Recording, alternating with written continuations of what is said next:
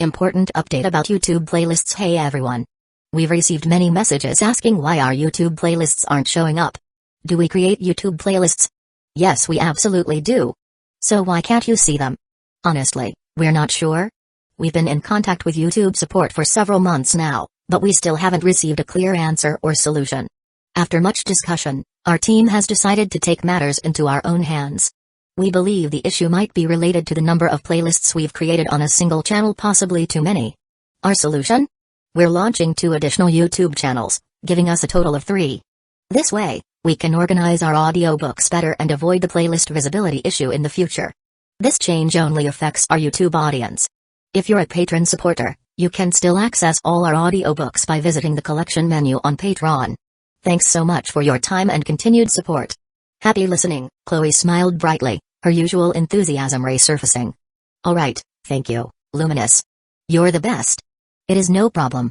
I promise no harm shall come to your body. Chloe gave Luminous a big smile. Don't worry. I trust you.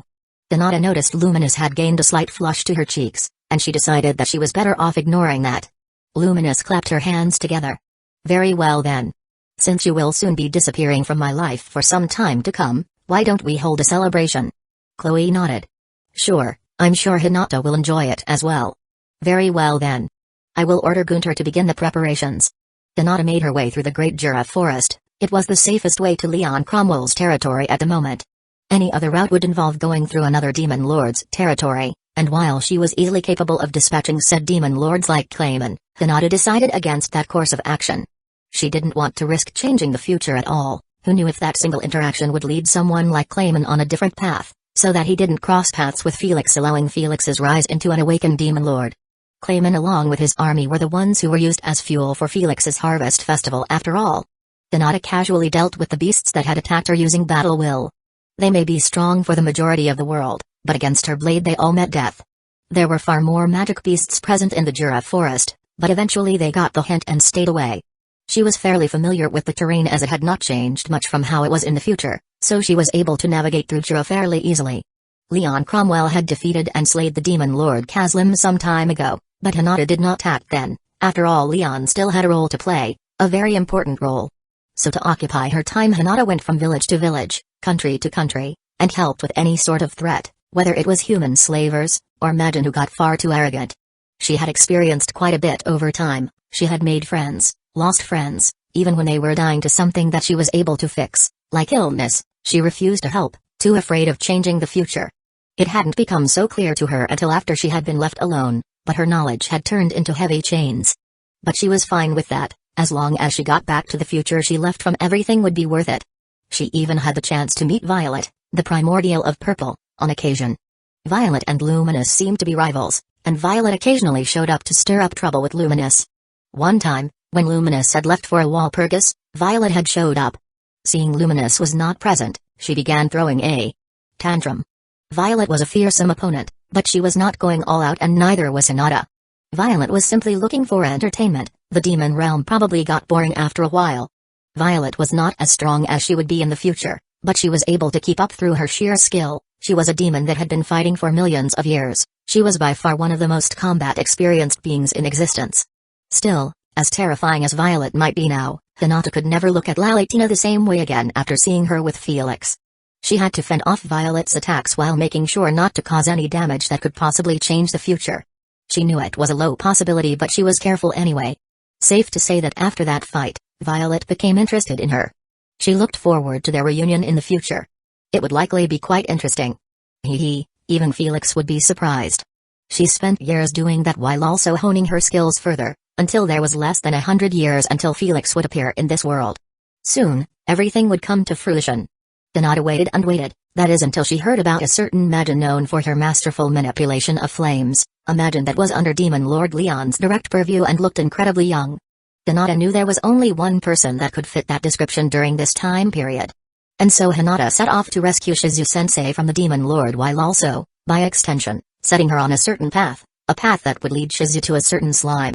Leon was currently located in the Demon Lord Kaslim's former territory. He had yet to claim the continent that would come to be known as El Dorado in the future. Leon's palace was hidden behind a rocky mountain and was covered with numerous magics, all meant to keep it hidden from view. And yet that did not halt the attacks on his palace, as he had occupied Kazlim's former palace, and many knew its location. Thanks to that, it was fairly easy to locate. She had heard Shizu-sensei was one of the most well-known subordinates of Leon in this time period. She had killed countless enemy Majin and was known as a mistress of flame. While Leon was not a true hero anymore, he was not completely heartless. His territory was filled with the outcasts of society, those with mixed Majin blood, those who would be relegated to the status of slaves in places like the Eastern Empire or the Western nations. Thanks to Leon taking them in, many of them admired him and were willing to give their lives for him. Hinata did not want to needlessly kill these people. Thankfully she was strong enough that she could easily deal with an enemy without fatally wounding them.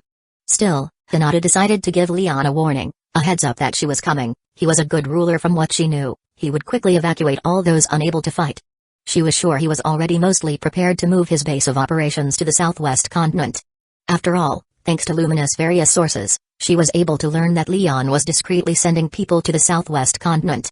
Since it was practically uninhabited in the current period, all the human nations were left in the dark as Leon claimed a massive portion of the world. Only the ruler of the Eastern Empire, Ryudra, as well as Guy Crimson could claim to rule over a landmass of that size. From what she knew, Demon Lord Leon and Empress Elmgia of Sarian both had a fairly good relationship. In fact, Elmgia had helped Leon a great amount when he was establishing El Dorado. By now Leon should have everything he needed prepared to move, the perfect time for her to rescue Shizu-sensei. Once she was approaching Leon's palace, she let go of her perfect control of her internal magicules and aura, allowing her presence to be felt all throughout Jura. Hey, Veldora was probably sensing her as well. Perhaps he would think she was coming back so he could finish the job. She was able to quickly arrive in Leon's current territory and was met with great resistance. There was no army in front of her. No, Leon was smart enough to understand that numbers wouldn't be enough to take her down. He had simply sent a single subordinate of his, the Black Knight Claude. He stood in front of her. Would it be too much to ask for you to retreat? She questioned. The Black Knight shook his head. I will fulfill my duty to my lord. May I ask why you have attacked my lord unprovoked? Unprovoked? I am a hero. He is a demon lord. There does not need to be a reason for all this. It is just the way the world works, declared Hinata. I see. I shall not let you go further. Hinata sighed. Very well then. Let's get this over with. Perhaps she could hold back a bit here, giving Leon some more time to evacuate his civilians. She could sense people disappearing in droves, but there were still some individuals left. Hinata equipped her holy armaments. Thankfully it was quick and easy to carry around. The armor could automatically equip itself when she wished and was stored in her bracelet. She withdrew her god-grade rapier, Moon Mistress, and casually blocked Claude's strike. Her own swordsmanship style was somewhat reminiscent of Claude's, as she had learned from Shizu-sensei, who had learned from Claude himself. Thanks to that she was able to read most of his attacks fairly easily. While the Black Knight was strong when compared to most, he could even be considered close to the Demon Lord Seed level, he was still far from her ability. She had trained her swordsmanship for hundreds of years now. She wouldn't be able to look at Felix in the eyes if she struggled with Claude. Hinata and Claude continued to exchange blows until Hinata sensed Demon Lord Leon fleeing from his palace, leaving behind a certain girl as the last defense. Claude jumped back and sheathed his blade. It seems I have a lot to learn. Farewell, hero. She didn't bother stopping the Black Knight as he ran away. She had a goal, after all. She quickly made her way to the palace. Standing in front of it was a teenage girl, a girl who seemed to have given up. It did look like Leon had abandoned her after all. Hinata knew such a thing was false thanks to Chloe's future memories. No, Leon did not abandon Shizu. He left her here in the hopes that the masked hero would take her in and give her a better life. He was a bit of a softy at heart. Why, you shall not pass, hero, Shizu exclaimed, raising her sword in preparation. Though it was clear she knew she was outmatched. Hinata smiled under her mask. Who knew a young Shizu-sensei would be so cute? Maybe she should play along? That could be fun. Though she did notice that Shizu was not speaking the common language of this world, she was speaking Japanese and using magic sense to understand what others were saying. She would have to teach Shizu-sensei the language of this world, it seems. Not everyone had magic sense and could understand her. Oh? And who is going to stop me? You? Hinata asked, deciding to mess with the cute Shizu for a bit. Shizu-sensei nodded with a determined look on her face. Hinata smirked under her mask. Well, then, come on. Let's see what you're made of. Shizu-sensei quickly charged at her. Her rapier wasn't anything too special, a unique grade.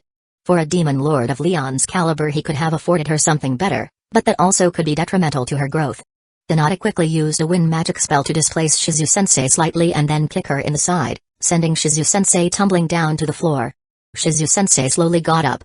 Come on, is this all that one of Demon Lord Leon's subordinates is capable of? Shizu-sensei gritted her teeth before shouting. I am not a broken tool. Oh?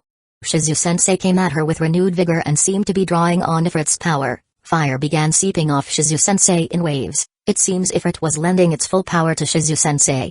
That's more like it. Hinata praised. From the amount of power Shizu-sensei was currently radiating, she would easily qualify as Special A class. She had the potential to reach the Demon Lord seed level, potential that would not go wasted if she had her way. Shizu-sensei may be fated to die in the future, but Hinata would be damned if she wasn't strong enough to enjoy her life between now and then. Hinata continued to fend off Shizu-sensei's attacks until she felt she had a good understanding of the current Shizu-sensei's abilities. Shizu, who felt like she wasn't strong enough to fight back, felt Ifrit take control of her. She instantly became wilder, her flames hotter than ever as she practically turned berserk. It was at that instant that Hinata appeared in front of Shizu-sensei, stopping her from attacking before gently placing the mask on her face, feeling as she regained control of her body. It's okay now, Shizu. I'm not going to hurt you. You're safe now. Hinata whispered, gently holding on to Shizu-sensei as she keeled over and fell unconscious onto Hinata's chest. Hinata looked up into the sky, something she had grown accustomed to doing ever since Chloe had left. It was strange not to have her enthusiastic voice ringing in her head after hundreds of years together. It seems I have a student to train now, she muttered. She didn't know who she was talking to, but she hoped her message reached them. Chapter 116, Anti-skill. Hinata didn't dare turn around, for fear that she would do or say something that would change the future. Shizu's sobs continued to echo into her ears, even though she was more than far enough away. It had been quite some time since she picked up Shizu. They had quite the adventure between the two of them. They had taken care of various bandit groups, taken care of various magic beasts and monsters that had attacked human territory, as well as various other things. She made sure to teach Shizu more than enough to survive in this world. Shizu was incredibly talented. She was able to pick up almost everything she had taught her with some time. Sure, she wasn't a monstrous talent. She had no skills that allowed her to quickly take in knowledge like Felix, nor did she have an ability like Usurper. But when it came to natural learning, Shizu was incredible. Shizu was quickly able to pick up her various swordsmanship forms. It helped that she already had a foundation. Who knew the Black Knight would be good for something? She made sure to teach Shizu of various other magics. It was best to be aware of the various magics in the world, even if Shizu preferred to stick with her fire magic. While Shizu's relationship with Ifrit was anything but good, she was still able to freely draw on Ifrit's power, and suppress Ifrit thanks to the anti-magic mask she had passed on to her. When drawing on Ifrit's power completely, Shizu was capable of even reaching the cusps of disaster class, and with time she will be firmly in the disaster class, not an insignificant level of power. There was a reason her younger self had grown such a drastic amount under Shizu's tutelage. Shizu's talent was undeniable. While she made sure to develop Shizu's magic and swordsmanship, she also made sure to help train up Shizu's battle will. Battle will was an incredibly useful technique. A well-placed Taurus Lash was capable of defeating any opponent as long as you weren't out of your league. Not to mention the various higher-level uses of battle will she knows of. Magic Bullet alone had an incredible amount of potential. She wouldn't be surprised if the ancient demon lords, excluding Ramarise, could use a magic bullet to wipe a country off the face of the planet. Not to mention the various styles of martial arts that incorporate battle will. She had heard that there was once a saint that was capable of infusing his aura into his fists and injecting it into his opponents, destroying their body from within. A fearsome technique if someone well-trained used it. Hinata and Shizu continued to venture together for months, almost a year before Hinata deemed Shizu strong enough to survive on her own, no matter the situation. She had to make sure Shizu was strong enough to play her role in the future. Part of her felt guilty. She was basically manipulating Shizu for her own ends after all, setting her on a very specific path. Shizu didn't deserve that, but when was the world ever fair? She wanted to spend more time with Shizu, rather than leave her so suddenly, but she knew it would be unwise. She was already incredibly attached to Shizu, both the Shizu as a child and the one who had mentored her. The entire reason she originally left the older Shizu was due to her fear of attachment. She had informed Shizu that they would be splitting up and that Shizu would likely never meet her again. She felt guilty for saying such a thing to a young teenager who had clearly gotten attached, but she did what she had to. Shizu's tears didn't make it any easier. Not to mention she had begun to feel herself weakening. The ego that Chloe had mentioned, the one that always went on a rampage when it got control of the body, she could feel it fighting her for control over this body. In fact, she had felt that pressure ever since Chloe's presence had vanished into the depths of this body. But the ego that she had begun calling Krinoa was fighting back more and more as time went on, to the point that she was now having trouble suppressing it. If things went on as they were, Cronoa would soon gain control over this body and rampage, ruining everything. Hinata refused to let that happen. And so she decided to seal herself early so that Cronoa could not be free no matter what. She had sacrificed too much to allow everything to fail here in the end. No, she would make sure Felix, the kids, Luminous, and everyone else dear to her would survive the upcoming future. She made her way to Ruberius. Luminism had become a well-established religion by this point, so she had to be discreet as she made her way to the underground capital of Ruberius, Night Garden. She avoided all forms of detection available in Night Garden and made her way to Luminous' current palace. She slipped past the guards and made her way to Luminous' throne room. There were various maids and butlers around, each doing their duty. Hinata wanted to leave as little evidence as possible of her relationship with Luminous, so she carefully went around them. Luminous would handle the guards that already knew of her existence. They would tell no one of the relationship between her and Luminous. She noticed the guards guarding the double-door entrance to the throne room. Seeing no way to slip by with her current abilities, Hinata decided to finally show herself. She appeared in front of the guards, who immediately raised their spears at her. She raised her hands up in mock surrender. "I am here to see Luminous, let her know and I'm sure she will let me through." The guards paused for a moment, and Hinata sensed them using telepathy to communicate with Luminous. The guards backed off slightly and bowed. "Lady Luminous is awaiting you inside." She nodded and walked past the guards and through the doors to be met with Luminous lying on the couch located on the side of the throne room. Usually it would be hidden with magic, but it seems Luminous did not care for decorum at the moment. Luminous continued to lay on the couch as she stared at her. "I was not expecting you today." "Indeed, I had recently decided to change the plan a bit." "Do you have the Holy Ark ready?" Luminous raised a brow and nodded. "I do. It is capable of isolating both your souls from this space-time continuum, allowing you to exist in a sealed state until your future selves have traveled to the past." Hinata nodded. "Good. How quickly can you prepare it?" "In some hours, I would say. I do need to charge it with an incredible amount of holy power as well as prepare a ritual. Even I am incapable of using this kind of magic on a whim." "Why though? What happened?" Luminous asked as she sat up. "I can feel Cronoa fighting me for control of this body. If things continue as they are, she will win and gain control. The best way to stop that is to seal myself ahead of time." Luminous' eyes widened slightly. "I see. It seems our time together is coming to an end?" "Indeed, though perhaps if things go well, then we will see each other in the future." Luminous nodded with a determined look on her face. "I will ensure things go well." Hinata nodded. "Very well, I trust you." Luminous' face gained a smile. "I will go and begin the preparations now." She nodded. This would be her last day in the past. If all things went well, then she would wake up in the future, as if waking up from a nap. Well, damn. That was all I could say. Hinata really went through some shit, huh? Maybe I can be a bit nicer to her when I beat her up in the future. "So you have Hinata and Chloe sealed somewhere? In this holy ark of yours?" asked Rimuru. Luminous shook her head. "Not exactly. I have Cronoa sealed in my holy ark, and while Hinata and Chloe do still live within her, they are dormant. Should I unseal her, Cronoa will be in the driver's seat rather than Chloe or Hinata. I have not found any way to restore control of the body back to either Chloe or Hinata, as they are deeply suppressed within Cronoa. It is nigh impossible to awaken their egos." "That's going to be bothersome," Rimuru mused. Luminous pursed her lips. "Quite. It's best if we prepare ahead of time. Set up barriers all around the site of the inevitable battle to contain it." "How strong is Cronoa exactly?" "I'm sure she is incredibly skilled. She likely has access to both Chloe and Hinata's memories, giving her the ability to replicate their individual swordsmanship styles as well as their magics and other arts. She would likely be capable of Melt Slash as well. Such an attack could take even me out if I am caught completely off guard." Luminous nodded along. "Indeed. Barriers will be necessary, especially to keep anyone nosy enough away. Yeah, I'm sure if Guy sensed what was happening, he would show up, either out of curiosity or some other reason." Rimuru added. "He may even think that humanity was in danger and directly interfere. That would be really annoying." Luminous nodded. "Indeed, keeping Guy away will be a priority. As for how strong Cronoa is, I do not know exactly.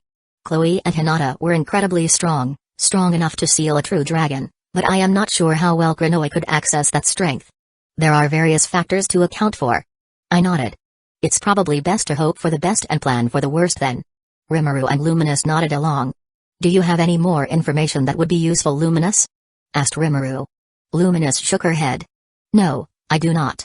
I have already shared everything I know." Hinata and Chloe were both incredibly vague whenever I asked anything somewhat important.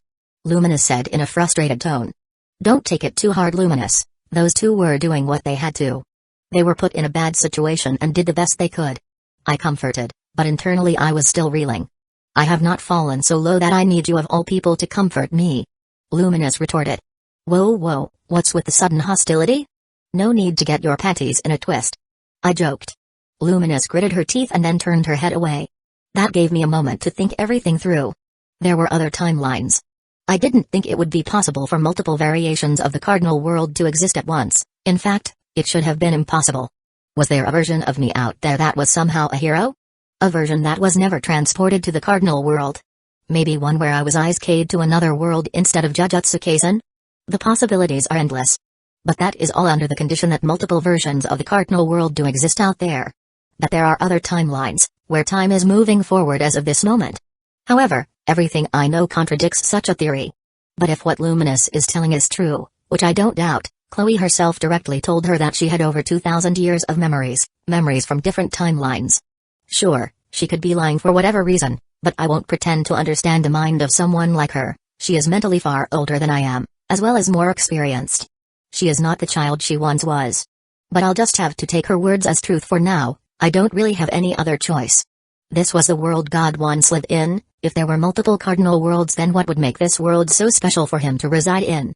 Not to mention there are many inconsistencies with such a theory. For one, the primordials were born at the dawn of time from the great spirit of darkness. There are only 7 primordials, no more, no less.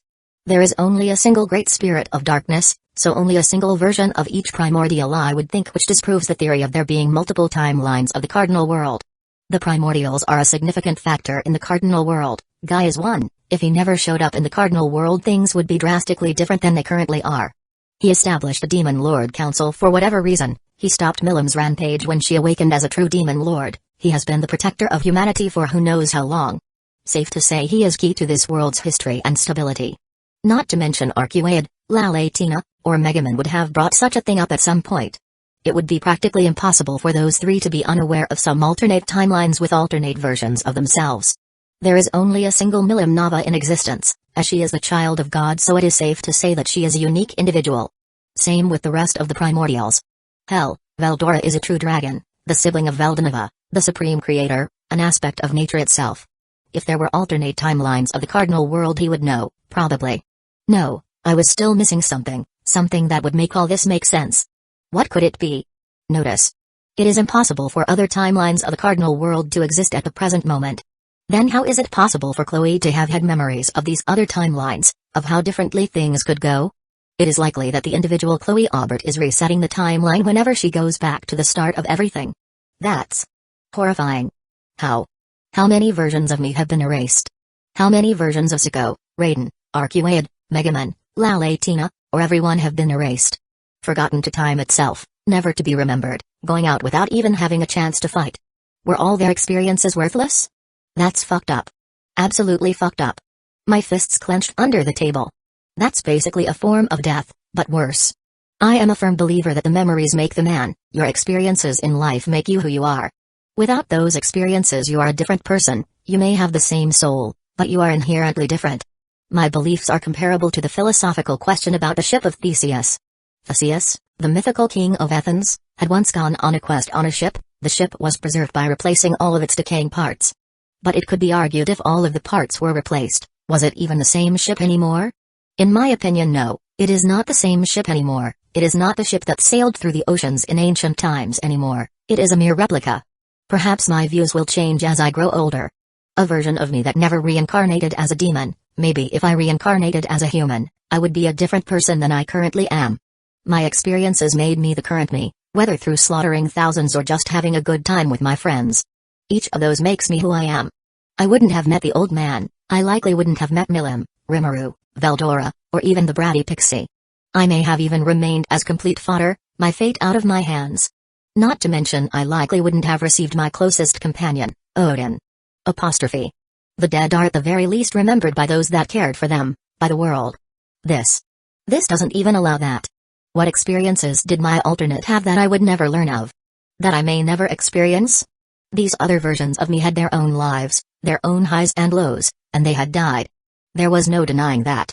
I could empathize with them, because they were me but different. Perhaps I was seeing myself in them, seeing what could happen to me. What if something like that happens to this timeline? I will be practically helpless to do anything about it. Truly, time is a cruel mistress. Notice. It may be theoretically possible to remain unaffected through sufficient analysis through the intrinsic skill, adapter. However, the adapter remains too weak to adapt to such a thing as it currently is.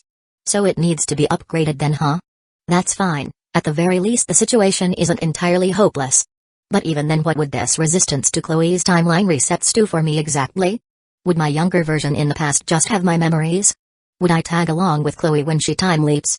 And even then, if what Luminous had said is correct, then there cannot be two versions of the same person in existence, as in I cannot be in the past or the future if my younger or older self respectively exist in the same space-time. The world will try and fix the aberration and erase me from existence. I don't want that happening. Further analysis is needed for sufficient understanding. Yeah, that's about what I expected. Perhaps I could survive in that scenario if I somehow became so powerful that the voice of the world is just incapable of affecting me. The voice of the world is multiversal if my understanding is accurate. It basically administrates the entirety of Veldana's creation, and while I'm strong, I am still far from the voice of the world. The authority and power it wields over the multiverse is likely unrivaled. It is basically the administrator of this multiverse after all. Still, that doesn't mean I'm just going to give up on becoming stronger. My skill repertoire is growing thanks to Odin's constant analysis. My magicule capacity is slowly increasing over time, same with my magic power. Perhaps one day, should the stars align, I may even evolve further. Things might not be as hopeless as it seemed. But man, this story of Luminous is pretty nuts. I could totally see an anime based around it being successful. Still, I could feel myself calming down. Things weren't as hopeless as I imagined. Now isn't the time to be panicking anyway. I still have some time to figure out a good solution to this mess. My mind wandered to another revelation Luminous shared. Rimuru would die in the future. A Rimuru that made it back before the people in Tempest were massacred, leaving Rimuru with no reason to become a true Demon Lord. Leaving me with no reason to become a true Demon Lord, significantly weakening both of us. Veldora would still be sealed in Rimuru's stomach, and even I wouldn't have a tenth of my current capabilities. At least I wouldn't be as helpless as Rimuru. I would still have Odin at that point. Though according to Luminous he died after 5 years after the Famuth invasion.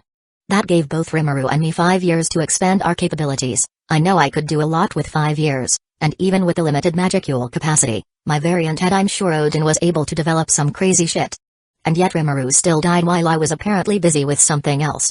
Luminous didn't know who Rimuru died to, or even the circumstances behind it. All she knew was that Rimuru went to a battlefield of some kind and did not return. It could be someone from the Western nations, maybe Maria Bell had something to do with it, or maybe not. There are plenty of people who would want to see Tempest wiped out. Maybe it could have even been the Eastern Empire, who knows? We don't have enough information to come up with a good guess, so it's best not to focus on that. Once Rimuru dies, Veldora would be unleashed. From what Luminous was saying, Hinata and I were lovers in this alternate timeline, and she died while I was helpless to do anything. I imagine that I likely didn't take that too well and went on a rampage of my own. Though I'm sure, Odin would have gotten me under control eventually. If the Master wished to destroy the world from the bottom of his heart, then Odin would assist to the best of its abilities. Odin will do anything the Master wishes for and will remain his ever-present protector. Whoa. That's giving off intense Yandere vibes. But, that's completely okay. After all, Yanderes are hot. It doesn't matter either way, I must be imagining things in the first place. Odin has been acting incredibly human recently, but being a Yandere is a bit much. Nah, it's impossible. So I died, huh? And Tempest was attacked. Rimuru muttered. I nodded. That is the most likely scenario. I wouldn't see you getting involved in a battle if it didn't involve Tempest in some way. Rimuru sighed. I see. And we can't even guard ourselves against this enemy since we don't even know who this enemy is. Well, at the very least, I can try and make sure something like that doesn't happen in this timeline. I nodded. Yeah, things already seem to be going differently from that timeline, according to the information Luminous shared. Rimuru nodded along. Yeah, we apparently weren't even true demon lords. I for sure know I would be a lot weaker without awakening.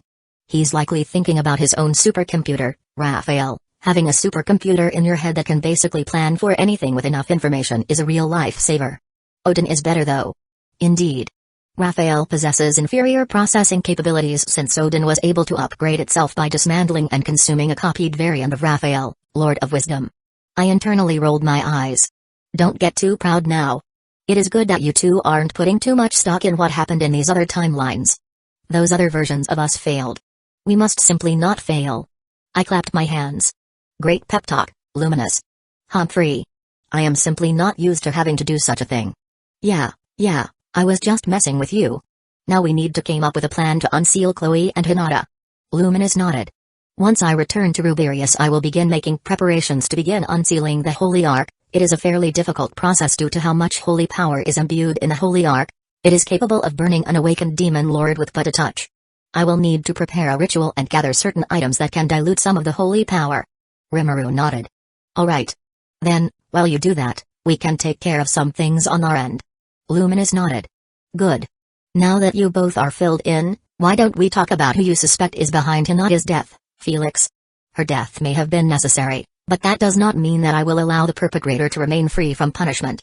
Not to mention that Clown has yet to answer for his crimes. I nodded. Alright, one thing though, Yuki is mine. I said with a neutral smile. He has quite a lot to pay for. If everything I think is accurate, then he is responsible for Famuth's invasion, he is responsible for this attack on Hinata and maybe even Tempest, and most of all he is responsible for Sako's death. Rimuru sighed. I'd prefer if there was a peaceful resolution, but if he is indeed behind this, then I don't think that is possible. Very well, as long as I can inflict personal punishment on the clown, you may deal with his master. Just promise me his death will not be peaceful, said Luminous, who had a chilling smile on her face. I shrugged my shoulders. Haha, it was never going to be a peaceful death, Luminous. But, alright, that's fine with me. I'm sure Luminous has a variety of ways to torture the clown. With her unique skill, lust, she was capable of torturing others on a soul-deep level. With Asmodeus, she is now capable of far more than that. I would pity the clown if I didn't know what he had done. Good. Now that we have all that out of the way, I'll share why I believe Yuki is at least partially responsible for this attack and why I think he is responsible for even Famuth's invasion. Rimuru's eyes widened hearing me. Even the Famuth invasion? I nodded. Yup. Rimuru was interested before, but now he was truly paying attention. First, let me give you some context. Do either of you know what anti-skill is? Rimuru shook his head. Perhaps Raphael had not gotten the chance to analyze his physique for some reason. Luminous looked thoughtful. I believe I have heard of it, but I do not know what it is capable of. I nodded. That's fine. Basically, anti-skill is a spiritual constitution. It gives you a physical body that is capable of negating almost anything. Aura, magic, skills, any sort of spiritual or magical force will find itself nullified by this physique. Luminous and Rimuru were both looking at me with wide eyes. What? I nodded with understanding on my face. Yeah. It's broken as fuck. It can even nullify ultimate skills and seal them off for a period of time. That's. Even Luminous was speechless. I mean, she just got a power-up of her own, an ultimate skill, and then she finds out it can be dealt with fairly easily in the right circumstances? Yeah, I'd be pretty fed up too. Though it can only be activated by direct touch, skin-to-skin contact is necessary, at least normally. Luminous quickly regained control of herself. I assume you are bringing this up for a reason? I nodded. Yes. Yuki Kagorazaka has anti-skill. Luminous nodded. Then the threat of the Free Guild's guildmaster has gone up significantly. If he can take on an ultimate skill wielder, he will be a significant threat. I nodded along. You said normally? Asked Rimuru. Well, he seemed to be taking this revelation fairly well. Though Rimuru was always the type who didn't put too much stock in his own personal power. I'm fairly certain he still believes himself to not be all that strong. He has 4 ultimate skills he awakened on his own with Raphael's help. If he isn't strong, then I don't know who is. In response to Rimuru's question, I nodded. Yes, normally. I summoned the weapon that the clown was using, the weapon made with the bones of someone with anti-skill. The body reflects the spirit, so Yuki's bones carried some properties of anti-skill. The weapon itself quickly accepted me as its new master, allowing me to reshape it as I wished. I shifted it into a dagger for convenience sake. I showed off the newly formed dagger. This is a dagger made with the bones of someone with anti-skill, allowing it to carry similar properties though weaker. It also isn't capable of sealing off skills like the spiritual constitution variant. Luminous was looking at the dagger with interest and slight greed in her eyes. I couldn't blame her either, it was one hell of a weapon. That goes to show what kind of resources Yuki has to pull on. I'm sure getting this forged wasn't easy, even if he already had all the materials ready. God-grade equipment was valuable, even to someone of Luminous standing. She may be capable of creating a God-grade equipment with material creation, the thing is she doesn't have material creation. Theoretically I could arm my entire military with god-grade equipment, but that would be foolish. For one, I'm sure some would get a big head and think they can overthrow me, which sounds annoying to deal with. Then there is the fact that the equipment likely won't accept many as its master. They do have high standards after all. In the case that the equipment does not accept someone, the wielder can still use the equipment. It just won't reach its full potential. They won't be able to bring out the full potential of the god-grade equipment, likely not even a single percentage of its potential. It is overall a foolish plan. If I was in urgent need of strong subordinates I'd have Arcuaid, Lalatina, or Megaman go get more demons. I twirled the dagger around in my hand. This is mine now, by the way. Luminous glared at me for a moment before huffing. Fine, you did deal with the clown, so the spoils of war, as they say, are yours. I smirked victoriously at her, which only seemed to annoy Luminous further. We can test it out if you want. I offered. Rimuru nodded. Yes, I'd like to see how this works. I'll use my ultimate skill. Hey, Raphael probably wants to analyze it. Unfortunately, he won't be able to get a detailed analysis unless it is done on his stomach. Rimuru and I got up from our seats and stood across from each other on a side of the room that had more space. No fighting, okay Felix? This is just a test. Rimuru said with a hint of worry in his tone. I snorted hearing that. Don't worry, if I wanted to fight, I'd ask Veldora. Rimuru released a sigh of relief. Alright, you ready? I nodded. Uriel. Multiple barriers appeared around Rimuru. Space was severed between each barrier layer. Normally it would be pretty tough to get through. Universal barrier then, huh? Hey, I could still hollow purple through it though. I slowly walked forward with my new dagger in my hand and slowly penetrated the multi-layer barrier that Rimuru had deployed. Normally, this dagger would have some trouble breaking through something powered by an ultimate skill, if it wasn't straight up impossible. The anti-skill attribute in it wasn't nearly as strong as Yuki's own after all. But thanks to being reinforced by my own power it has been strengthened enough to be capable of combating ultimate skills. I could theoretically cut through even my own blue or red, and possibly hollow purple if I infused enough of my own power into this dagger. From the corner of my eye I could see Luminous' eyes widen, likely from watching an ultimate skill get so easily dismantled as well as seeing Rimuru's ultimate skill for the first time. She is incredibly knowledgeable, and I wouldn't be surprised if she already had a general understanding of what Uriel specialized in just from seeing Rimuru deploy his universal barrier. Huh. It really was able to easily break through universal barrier. Rimuru observed as he dispelled his barrier. Yup, this dagger is seriously impressive, I'll probably even use it from time to time. Rimuru nodded. Do you mind if I test it out on another one of my barriers? This one is an art made by the combination of a few things. I nodded. Yeah, sure. I'm also interested in seeing this new barrier of yours. I've seen universal barrier in the past, but I haven't heard of this new art Rimuru came up with. Rimuru snapped his fingers. Absolute guard. Copycat, only I can snap my fingers to look cool. A multi-layer barrier appeared around Rimuru, except this was a tad different from the universal barrier from before. I could tell aspects of Infinity Prison were used in this as well as parts of universal barrier and even aspects of distortion field. I can sense part of a distortion field in this barrier of yours Rimuru. Luminous remarked. I turned to her in surprise. I'm surprised you know what that is Luminous, it is a fairly difficult art to use without a spatial-focused ultimate skill. It required me to experiment a bit to come up with it. Luminous rolled her eyes. You can say I learned distortion field thanks to you. I tilted my head. Thanks to me? Luminous nodded.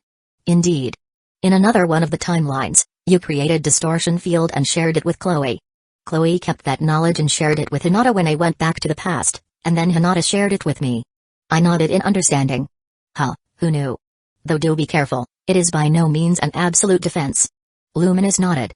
Indeed, I have found that out myself, but I thank you for the warning. I did know Dimension Fault which was able to deal with the so-called weaknesses of distortion field, but I think I'll keep that to myself. I turned back to Rimuru, who had prepared his new barrier. The art known as Absolute Guard has been analyzed and can be replicated. Nice, good work, Odin. I don't see myself needing to use Absolute Guard ever. I have Infinity, Multi-Dimensional Barrier and Dimension Fault which are far better when it comes to defense. But this defense of Rimuru's is pretty foolproof. I'm sure Raphael is awfully proud of it. I once again attempted to pierce through Rimuru's Absolute Guard, except this time, my dagger did not break through the barrier. Huh? Notice. It has been detected that the anti-skill attribute is incapable of negating something which makes use of multiple different laws.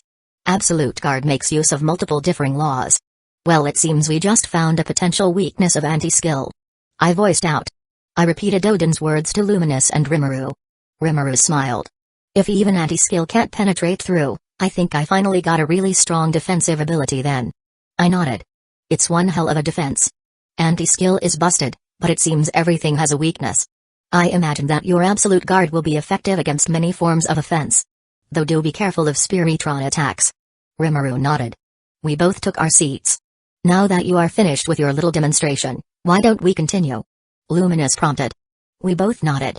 Rimuru seemed to have guessed where I was going with this conversation. You said that the dagger was made with the bones of someone with anti-skill? I nodded. And you also said that Yuki has anti-skill? Yup. Rimuru sighed hearing me. Then it seems the chances of Yuki not being involved in this are extremely low. Yup. I imagine there aren't many with anti-skill, hell I'm not sure how one even goes about acquiring it. Rimuru nodded. While that is valuable information, it is not nearly enough to know who exactly is behind this attack for sure. It does lead me to suspect this Yuki, however, but before any course of action I would like to be certain, said Luminous. I nodded. That's true. But we do have two people to interrogate that could possibly help fit in the missing pieces of the puzzle. Luminous tilted her head. Two? I thought it was merely the clown. I shook my head. No, I was ambushed earlier by a little girl and her subordinates. In fact, I am fairly certain this entire attack on Tempest was due to this little girl's actions. Rimuru looked at me oddly. A little girl? She was in the body of a little girl, at least. In reality, her soul was far older than her body, so she is likely a reincarnation or a body jacker. Rimuru nodded in understanding. Do you have any idea who this girl is? Asked Rimuru. I nodded. Yes, it's the girl I warned you about during the tournament. Rimuru's eyes widened. The one with greed? Yup. Sorry about that. Once the attack started, I ordered Sai to focus more on rescuing civilians. I waved Rimuru off. It's fine. If Sai stuck around, I probably wouldn't have been able to have any fun. Even Luminous seemed quite surprised. Another Sin series skill has turned up? What an odd series of events. Indeed. The unique skill, Greed, basically specializes in mind control by using the victim's greed against them. Using greed, she was also able to sacrifice the lifespan of her subordinates to give them a fairly substantial boost in power. Was this boost in power able to cause you trouble, Felix? Asked Rimuru, sounding concerned. Haha, no way. The boost was significant, but you need far more than just that to cause me a challenge. Both you and Luminous would be capable of mopping the floor with them. Luminous looked proud at my recognition, while Rimuru simply nodded. Anyways, back to the girl. She holds a vast amount of political power back in the Western nations, to the point where I think it is unwise to kill her here in Tempest, even knowing what she did. Rimuru looked thoughtful for a moment before his eyes widened. Is that the person you warned me about a while back? The person that would likely cause me trouble down the line due to not agreeing with Tempest's goals? She is related to that person.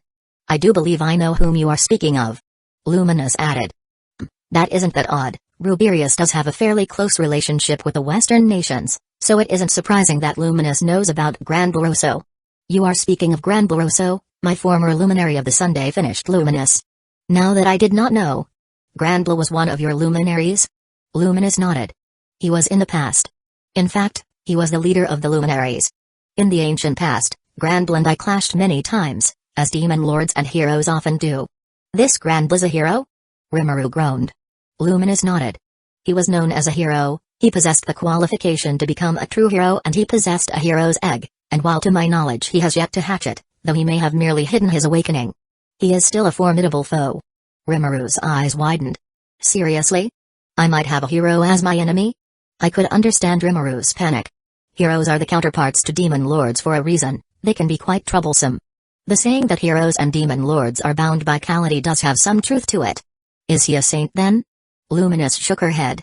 Yes, however, as far as I know he is an incomplete saint. It is due to that reason that he has grown weaker over time. Age has affected his power. Even my love energy cannot halt aging completely, merely delay it. Rimuru sighed in relief. Incomplete saints while are incredibly powerful, but they are not true saints. They can still age, if at a much slower rate. Granbla has been at his game for over 1,000 years now. It seems the age is getting to him. However, one thing I did notice was that Luminous was using terms like "as far as I know" and "to my knowledge." That gives off the vibe that she is not 100% certain. Granbla may be a complete saint and a true hero. Luminous just doesn't believe he is, but she can't say anything for certain. You aren't 100% certain, are you? I questioned. Luminous lips twitched, but she nodded. You are correct, Felix. If Granbull has hid so much from me, then I may not know what else he has hidden, even if it pains me to admit it. I nodded. I see, thanks for being honest. Luminous nodded. In the end, do not underestimate Granbull. He is a master of holy magic, and while he is merely an incomplete saint, his status as a potential true hero can make up for that. He is a man that was capable of matching me in the past through sheer skill alone. While he has grown weaker due to age and likely will not rebel against me openly, he is still a threat should he decide to be your enemy. Luminous explained. Why didn't you just take him out when he had rebelled then? I asked for posterity's sake. That man had been one of my closest subordinates for centuries. He knew every single one of my hidden passages and had likely established 1 or 2 hidden passages of his own that I do not know of. Not to mention his many safe houses throughout the Western nations, as well as his masterful control over his own power. He can hide his aura and make it practically impossible to locate him. I nodded along. I see. So he is a planner, huh? He prepared for the moment he would betray you and made sure he could stay hidden long enough to come up with a plan. Indeed, it seems so. One of my subordinates had erased the body he was puppeting with disintegration, but that was but a minor inconvenience for him. I nodded. Well, I'm sure he'll show up eventually. You've gotten stronger than you were in the past, so perhaps you can take Granbull out next time you see him. Luminous nodded. He has escaped my eyes for far too long. He has yet to pay for his insolence. I'll leave that to you then. Ah, I do have another question. Rimuru interjected. Luminous looked curiously at him. Yes. I'm curious, what are Granbull's goals in the first place? You said he had vast political power, but what has he done with it? Because I haven't heard of this guy at all. Luminous closed her eyes for a few seconds before answering. His goal was to bring peace to the human world in the past. I remember hearing tales of him defeating various Magin and alike in his goal to defend humanity. In fact, that is the reason our clashes initially began. Huh. So maybe he isn't that bad of a guy? Speculated Rimuru. Luminous ignored his words and continued. Eventually he learned that I had no hostile intentions to humanity and agreed to cooperate with me. We created an alliance, and so the Western nations prospered. Various countries sprouted, some small while others grew to become superpowers. Granbull manipulated all of these from the shadows and eventually created the Western States Council and has ruled it ever since its founding. He rules the Western States Council? I didn't even know that was possible? Rimuru exclaimed. This time I answered. It is ruled by 5 humans called the 5 Great Elders. Each of them is bestowed with vast political power, and Granbull is at their head. Using his position and influence, he is practically the ruler of the entire Western nations. At least his political power is unmatched. I don't really know what to think about that. Rimuru sighed. That is understandable. This Granbull is a legendary figure based on what we heard. He is probably one of the sole reasons that the Western nations have enjoyed relative peace for the last 1,000 years. In the end, he is our enemy, Rimuru. Don't let his tales of grandeur blind you. Rimuru sighed. I know, I just wish we could have gotten along. Our goals are compatible, but I don't agree with his way of going about things. I rolled my eyes. Granbull's way is the most realistic and easiest way to go about creating peace. You are the odd one here, wanting to create peace by allowing everyone to understand each other. You sound like Naruto. Hey. I'm not like Naruto. Whatever you say, buddy. Who is this Naruto? Asked Luminous. I can share the story with you later, but basically he is a super idealistic guy who wants to create peace through understanding. Luminous nodded. Very well, I will hear about this Naruto after we have sorted this mess out. Hey, I'll have a fun time enlightening Luminous. Though one thing I do wish to share on the topic of Granbull is that he and Yuki Kagorazaka had made contact in the past. My eyes widened at that. Seriously? Both Rimuru and I exclaimed. Luminous nodded. Well, that's even more proof of Yuki's involvement. Luminous nodded. Indeed, it seems the evidence is pointing towards this Yuki being responsible. I never mentioned who my attacker was, did I? Well, it was Maria Bel Rosso. Maria Bel Rosso? I do recall vague mentions of her. Granbull did seem to value her quite a bit, said Luminous. That makes sense. Her ability is fairly useful and impossible for 99% of humanity to resist. He could gain far more control over the Western nations with her. Luminous and Rimuru both nodded. Now, while we can all agree that Yuki is likely responsible, I'm sure we can confirm that by asking dear Maria Bel ourselves. Wouldn't you all agree? After we confirm everything, we can come up with a plan to deal with Yuki once and for all. Luminous and Rimuru nodded. Sounds good to me, but how will we get her to answer? I doubt she will just give in and answer our questions. Asked Rimuru. Just leave that bit to me. There is an ability I've been wanting to test out for some time now. Chapter 117, Interrogation. Just leave that bit to me. There is an ability I've been wanting to test out for some time now. Spiritual domination is an extra skill I'd analyzed from Romaris. I never had a reason to recreate it and try it out, but now I have one. Odin. Notice. The extra skill, spiritual domination, has been recreated. Thanks. Spiritual domination allows me complete domination over a target's thoughts and emotions. The only way to resist is to have an extraordinarily strong will, or be powerful enough to fight off its effects. Thought domination is fairly similar to spiritual domination. Thought domination is better for immediate control, while spiritual domination is more all-encompassing. With spiritual domination I can control a person's entire being, while thought domination only controls the thoughts. From what I know, Mariabelle is incapable of fighting spiritual domination off. Before I summon Mariabelle, I'll give you two some information on her I was able to acquire, since you two don't seem to know all that much about her.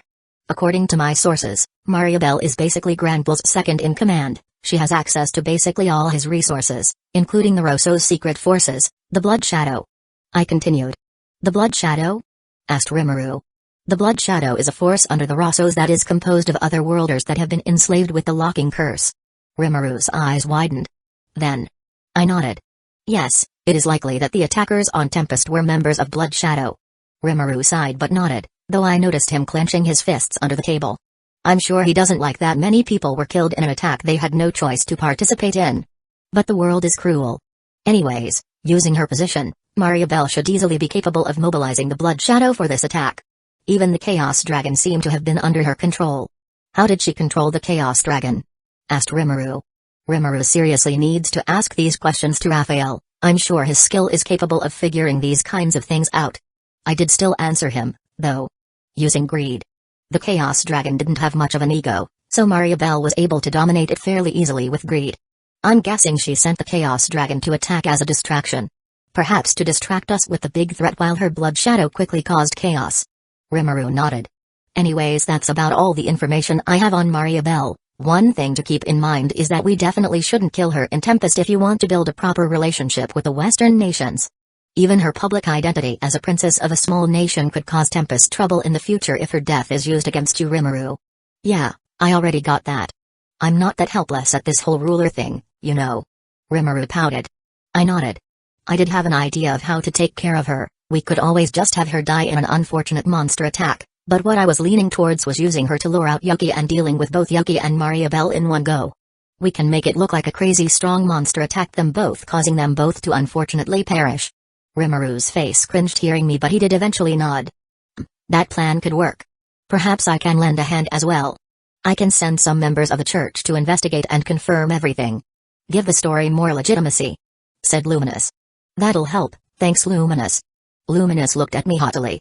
It is no problem, Felix. Ah, what a tsundere. Maybe that's where Hinata got it from. Now that we got that out of the way, I'll summon Mariabelle. I got up and went towards an open area of the room and raised my hand. Beelzebub. A swirl of darkness formed before my palm, and out came Mariabelle. She was ejected out and was unable to recover, leading to her landing face first on the floor. I smiled at her. Thank you for joining us today, Mariabelle. Mariabelle's gaze snapped to me, and I could see the sheer rage in her eyes, but behind the rage was some healthy fear for me. You! She snarled. Before she could do anything, I crouched down and grabbed her by the face. Now, don't act like that. We just want some information from you. Hearing me, Mariabelle's gaze wandered to the table I was previously sitting at. Her eyes widened. T2 more demon lords. I nodded. Indeed. Cooperation is in your best interest, you know. I'm sure Granble has informed you plenty about Luminous. Mariabelle's glare returned in full force. Never. I smirked. Hey, I was hoping you'd say that. Odin. Wow, Mariabelle's resistance immediately faded. It is done. Ah, it's relatively easy to take control of someone with spiritual domination with Odin's assistance. Too easy, in fact. If I was a fat bastard, I could totally abuse the shit out of this. But no. I am better than that. NTR is a trash fetish. I set Mariabelle down on the ground and let go of my grip on her face. Mariabelle had a far more compliant look on her face now. Whoa. What did you do, Felix? Asked Rimuru. The most basic explanation is that I mind-controlled her. Mind control. I rolled my eyes. You've seen meteors space apart, you've heard about time travel, we've even brought back the dead, but mind control you are surprised about? Rimuru rubbed the back of his head sheepishly.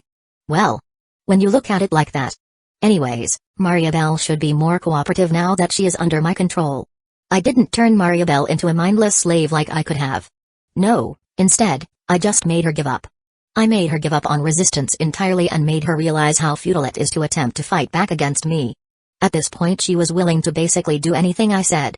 Spiritual domination was a scary ability. Ramiris was once the mighty fairy queen, so it doesn't surprise me that she had such a skill. Even weakened as she is, Ramiris can be a reasonably bothersome foe. She is the queen of fairies, so I assume she is able to order the elementals under her to do various things. She could theoretically order the elemental lords, beings on par with awakened demon lords. They could even fight on the ultimate level. Ramiris may be a brat with no personal power, but she sure as hell had some strong people she could call upon for aid. Beretta and Traini, on their own, are useful subordinates. Now, are you willing to answer my questions, Mariabelle? Mariabelle sighed but nodded. Yes, I will answer your questions to the best of my knowledge, Lord Felix. I nodded in satisfaction. Great. I'll leave the juicy questions for last. First off, why don't you give us some backstory about yourself as well as your relationship with Gran Rosso? I already knew that she was his pseudo-granddaughter and descendant, but it was always best to make sure my information is correct. My name is Mariabelle Rosso, I am a descendant of Gran Rossos and the princess of the headquarters of the Five Elders, the kingdom of Siltrasso. I nodded. Continue. I was once a queen, I had complete control over millions and caused much blood to be spilled for my own greed. Many wars were waged due to my desire and in the end I always won. I lived a life full of enjoyment and would always receive what I wanted. In the end I died due to old age. I nodded. I knew this was not Mariabelle's first life, and it doesn't surprise me that she cared little for the lives of others, and was a spoiled brat. I could already tell that much. While I'm not a saint, I'm not one to carelessly throw lives away just because I can. Something like that should always be a last resort. Mariabelle sure as hell is a bad cookie. If I were to give Mariabelle an alignment, it would probably be chaotic evil, while my own would probably be neutral chaotic. After I was reborn I received the unique skill, greed, due to my vast desire to possess everything in the world. In this world I quickly gained influence inside of the royal palace by using my unique skill, greed. I was treated like a queen until my grandfather showed up. Yeah. I imagine it is relatively easy to dominate a country with greed alone. It is one hell of an ability. Mariabelle was just foolish enough to overstep her bounds, and she got burned for it. The moment we met, he knew I was different. It was as if he already knew about my skill. I imagined that if I dared to try and control him with greed, he would have killed me right then and there. After that first meeting both Granbl and I began working together, him as my grandfather and I as his granddaughter. Mariabelle continued. And what did you two work together on exactly? Asked Rimuru. I nodded to Mariabelle, who took that as the key to answer Rimuru. Our dream was world domination. Rimuru sighed. Of course. He whispered. Man, that's a really stereotypical bad guy dream, world domination, seriously? How did you plan to go about that? I highly doubt you had the raw power needed for world conquest. This Granbl was apparently a hero in the past. He of all people should know that there are some truly strong beings in this world that are not to be messed with. With Guy and the other demon lords around, world conquest was practically impossible unless one was Veldanova himself. Mariabelle nodded. Indeed, for some reason grandfather was against using all of our vast resources to forcefully take control of the world, and so we came up with another plan. We planned to dominate the world through the economy. The economy? How would you manage that when the currency used in this world is gold? That is, unless... Mariabelle nodded to Rimuru's unasked question. We plan to convert the global currency to paper, with each nation having their own unique currency. The value of that currency would be determined by the nation's power, and the nation's power was determined by the Western Council, which the Rosso controlled. I finished. Mariabelle nodded. Yes, it was a fairly foolproof plan. Mariabelle then looked directly at Rimuru. It was foolproof until you started making your moves, Demon Lord Rimuru. Hee, well that's good then. Said Rimuru with a nervous chuckle. That was what this attack was about then? Dealing a blow to Tempest so that you could continue with your plan with ease? Mariabelle nodded. Exactly so. I nodded. Tell us more about this plan in detail then. Mariabelle nodded and continued. Very well. Thanks to information we received, we were able to realize that Tempest was growing far too fast for us to counteract and maintain control over the Western nations, and so we came up with a plan to destabilize that growth. The death of various royals and nobles would cause Tempest to have far more difficulty expanding their relationship with human nations. Even with the support of Dwargon it would be difficult, if not impossible. Such a thing would set back Tempest's progress by decades. That's true. It would have given me a much harder time with my goals. Commented a ticked-off Rimuru. Well, at least her plan failed, huh, Rimuru? I taunted. Mariabelle ignored my words while Rimuru laughed along with me. Yeah, it's good indeed. Seeing as Rimuru and I were done joking around, Mariabelle continued. During the attack it was my hope to gain control over the Demon Lord Felix and then use him to get the jump on Demon Lord Rimuru before finally converging on Veldora with 2 Demon Lords by my side. With the power of a true dragon on our side, we would be unstoppable. I had to hold my laugh in at hearing Mariabelle's plan. Even Luminous looked flabbergasted at Mariabelle's sheer idiocy. It would take a lot to mind control Rimuru or I, and even then we both could probably resist it with our skills' help, Odin for me and Raphael for Rimuru. Sure, if they gain control over me or Rimuru, the Rosso would have an easy time with a lot of things, but that plan of theirs was flawed in the first place. I did not think Granville foolish enough to approve of a plan to take control of Veldora of all people, especially with your meager power, said Luminous. Mariabelle nodded. The original plan was to just take control of Demon Lord Felix due to being the easiest target. Excuse me? I'm insulted. Me, the easiest target? Foo-fa-foo, Felix, the easiest target? Perhaps Granville's old age is getting to him, commented Luminous while Rimuru nodded along. It was our assumption that Demon Lord Felix was the weakest target due to his incomplete harvest festival, said Mariabelle. My incomplete harvest festival? What's that all about? Mariabelle nodded. Indeed, it was thought that since human souls were not used for your harvest festival, Lord Felix, that your harvest festival was incomplete or still in the process of being completed. Ah, so they were just working off of wrong knowledge then. They assumed that using non-human souls would affect my harvest festival. Well, I guess they are sort of right. Perhaps if I did not have enough souls I would have gone through an incomplete harvest festival. Thankfully Clayman was more than willing to supply me all the souls necessary. Even his own soul was used in my harvest festival, and as a deathman his soul was far more powerful than most Magin. Granville likely would have taken different action if he had the correct information. It was still foolish of him to work off assumptions, however. I honestly expected more from someone who has been around for so long and basically rules a large portion of the world. Alright, continue. Where did the Chaos Dragon come in? Originally, the Chaos Dragon was not part of the plan, but Yuki offered up the idea of causing further chaos by you said Yuki? I interrupted. Mariabelle nodded. Yuki Kagorazaka is the guild master of the Free Guild and also my thrall. That didn't sound right. Your thrall? As in, he is under the control of greed? Mariabelle nodded. Yes, it was fairly easy to control him. Using his own greed against him was child's play. Both Rimuru and Luminous were staring at me as Mariabelle said that she had Yuki under control. But that's not possible. How did you get around his anti-skill? Now it was Mariabelle's turn to look at me in confusion. Anti-skill? What is that? I see. Yuki really played all sides, huh? I sighed. Do you know of Yuki's abilities? Mariabelle nodded. Yes, I had him tell them to me when I first got him under control. And he mentioned nothing about anti-skill? Mariabelle shook her head. No, he never mentioned such a thing. What about his unique skill? He said that it was a skill focused on management and did not have much combat potential. While that could be true, the fact that he didn't mention anti-skill when he is seemingly under Mariabelle's control paints quite the clear picture. So Mariabelle was tricked then? Asked Luminous. I nodded. It seems so. If Mariabelle really had Yuki under control and asked what his abilities were, he 100% would have mentioned anti-skill. Not to mention it is impossible to control him in the first place with greed thanks to anti-skill. It would have just negated greed as long as Yuki played things right. So it was Yuki's idea for the Chaos Dragon to join in on this attack then? Asked a resigned Rimuru.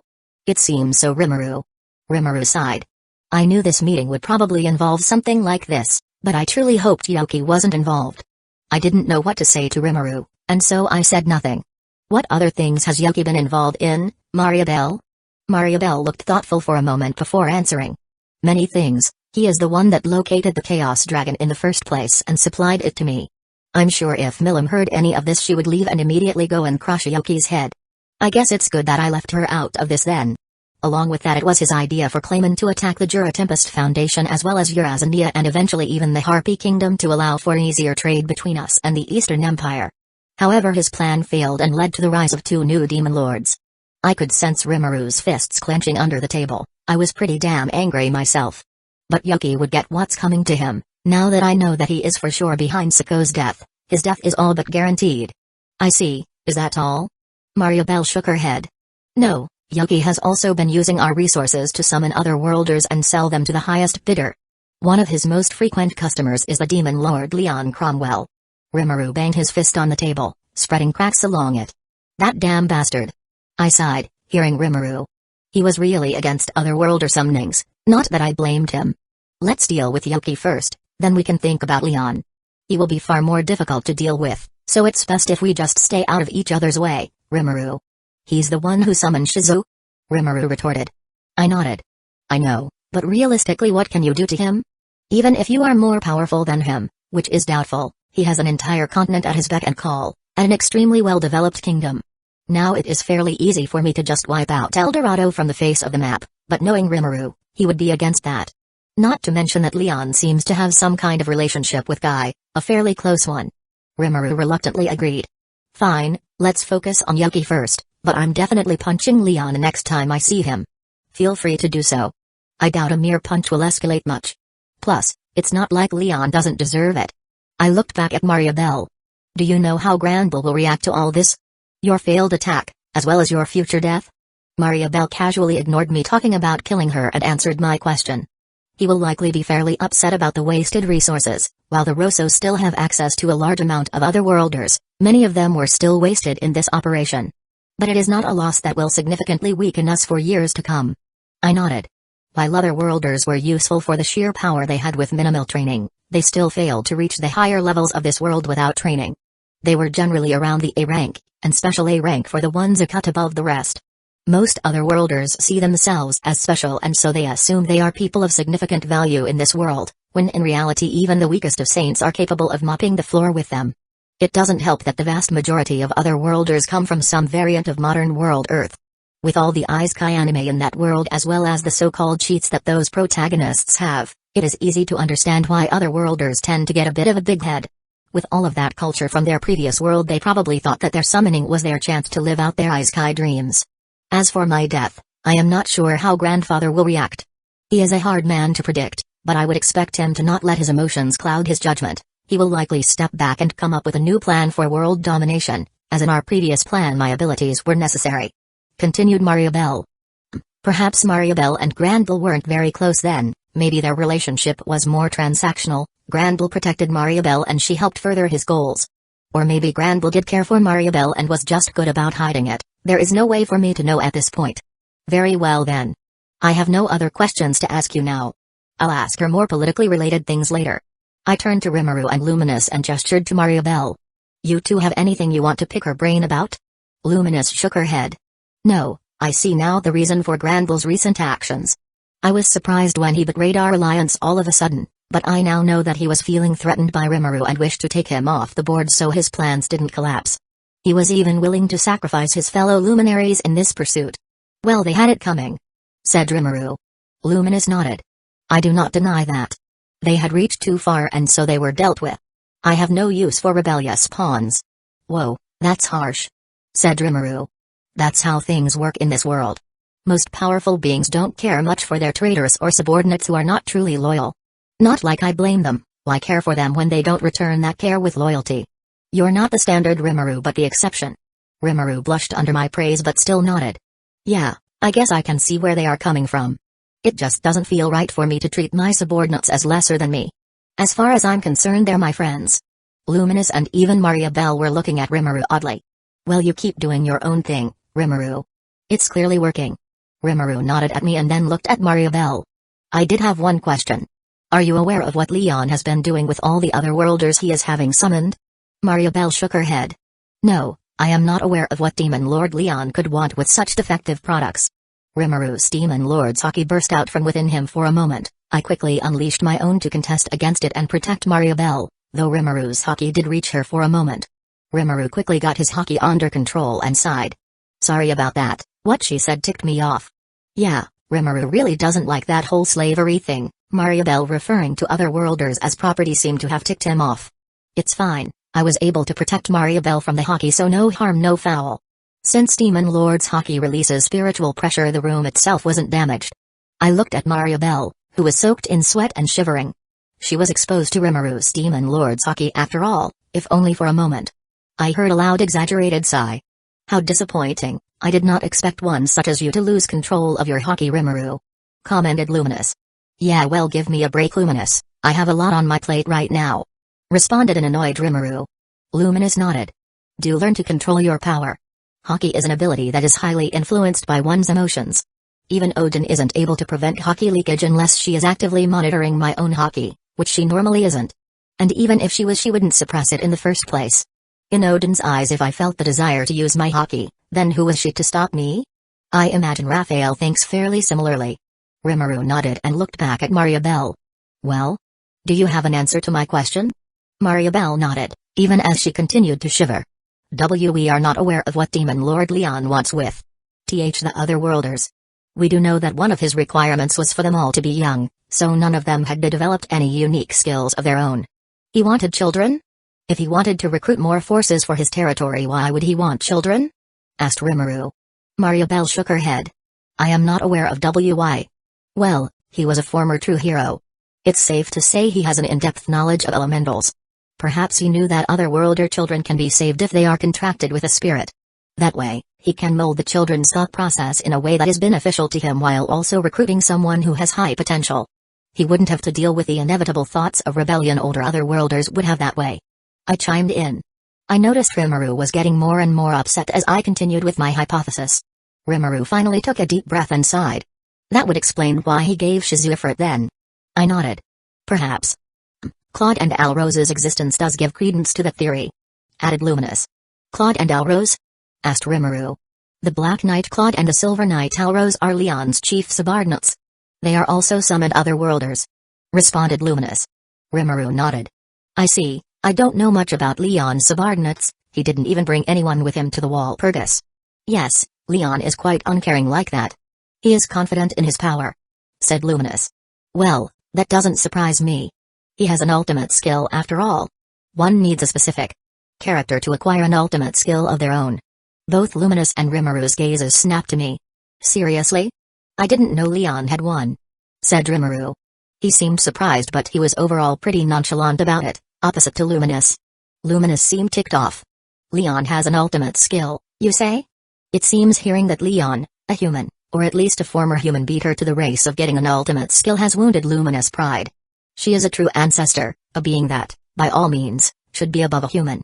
I shrugged my shoulders. What can I say? It's a skill issue. You just hadn't gone through the experience necessary to awaken an ultimate skill. They can be kind of finicky like that, who knows what the exact requirements are for such a thing. All I really knew was that willpower was key. I am not in need of your comforting, Felix. I am just surprised that someone such as him has an ultimate skill. Said Luminous. I rolled my eyes. Sure. Whatever you say. Luminous seemed to be fighting down the urge to retort but eventually sighed and gave in. Humphrey. On the topic of ultimate skills, are you willing to share who else you are aware of with an ultimate skill? Asked Luminous. I'm surprised she swallowed her pride and asked such a question. I guess she wants to be really careful of ultimate skill wielders, now understanding the sheer amount of power such beings wield. I'm surprised she isn't on a bit of a power high at the moment. All things considered, she is acting relatively normally. Sure. I can consider you a friend, so why not? I could see Luminous suppressing a smile that was fighting to grow on her face. Hey, I knew she liked me.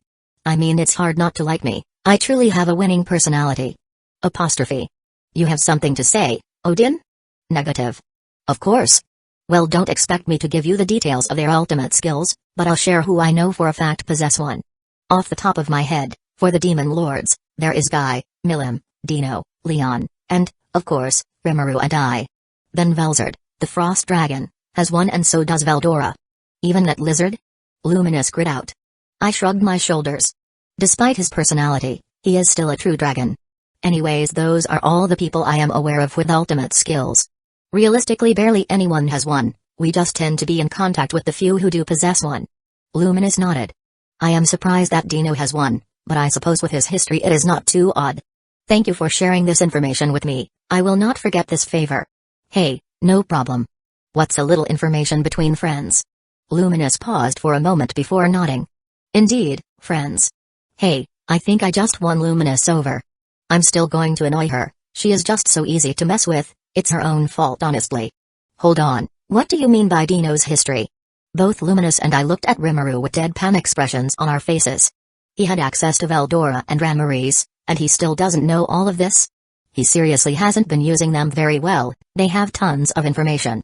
While Ramaris doesn't remember everything perfectly due to her continuous reincarnations, she still knows far more than most. I sighed and decided to fill the slime in. Dino is one of the first beings created by Veldova, a primordial angel. Rimaru's eyes widened. Whoa. Like Diablo? I nodded. Sort of, their natures are opposite to each other, but they are fairly similar. Huh, I didn't know that sleepy-looking guy was such an important person, said Rimaru. Luminous snorted. Oh please, as if that one is important. After his creator's death he threw a tantrum and fell to this world, and has been leeching off of Dagruel ever since. I feel like I'm still missing a lot here. I sighed. Just ask Ramaris or Veldora, you should use them more often, both have a lot of ancient history stored in their heads. Rimaru nodded. I'll do that then. By the way Luminous, even if one does not have an ultimate skills, it is still possible to threaten you. God-grade equipment and divinity are capable of bridging the gap, even sheer willpower can be enough in certain scenarios. Sometimes I feel like this world works on shonen logic. Willpower can literally get you practically anything in this world should one have enough of it. Luminous scoffed. I am aware that nothing is absolute in this world, but I thank you for the warning nonetheless.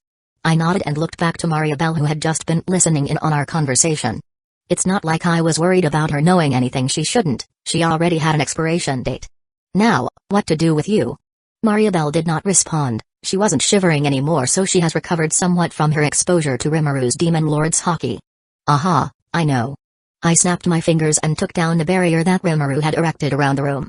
Felix? Don't worry, I'm just going to call someone to take care of Mariabelle for me for now. Rimaru nodded. Arcuade, are you available? Ah. My lord, I am always available for your needs. How may I assist you? Asked Arcuade. I just need you to take care of someone for me while I'm in this meeting with Rimaru and Luminous. It will be my pleasure, my lord. Would you like me to come to your location? Asked Arcuade. Yes, please. It took mere moments for Arcuade to appear outside the doors to the meeting room. I heard a knock. Come in, Arcuade. And in came my beautiful demoness. Arcuade bowed deeply in front of me. My lord. I sighed, seeing that. No need for that, Arcuade.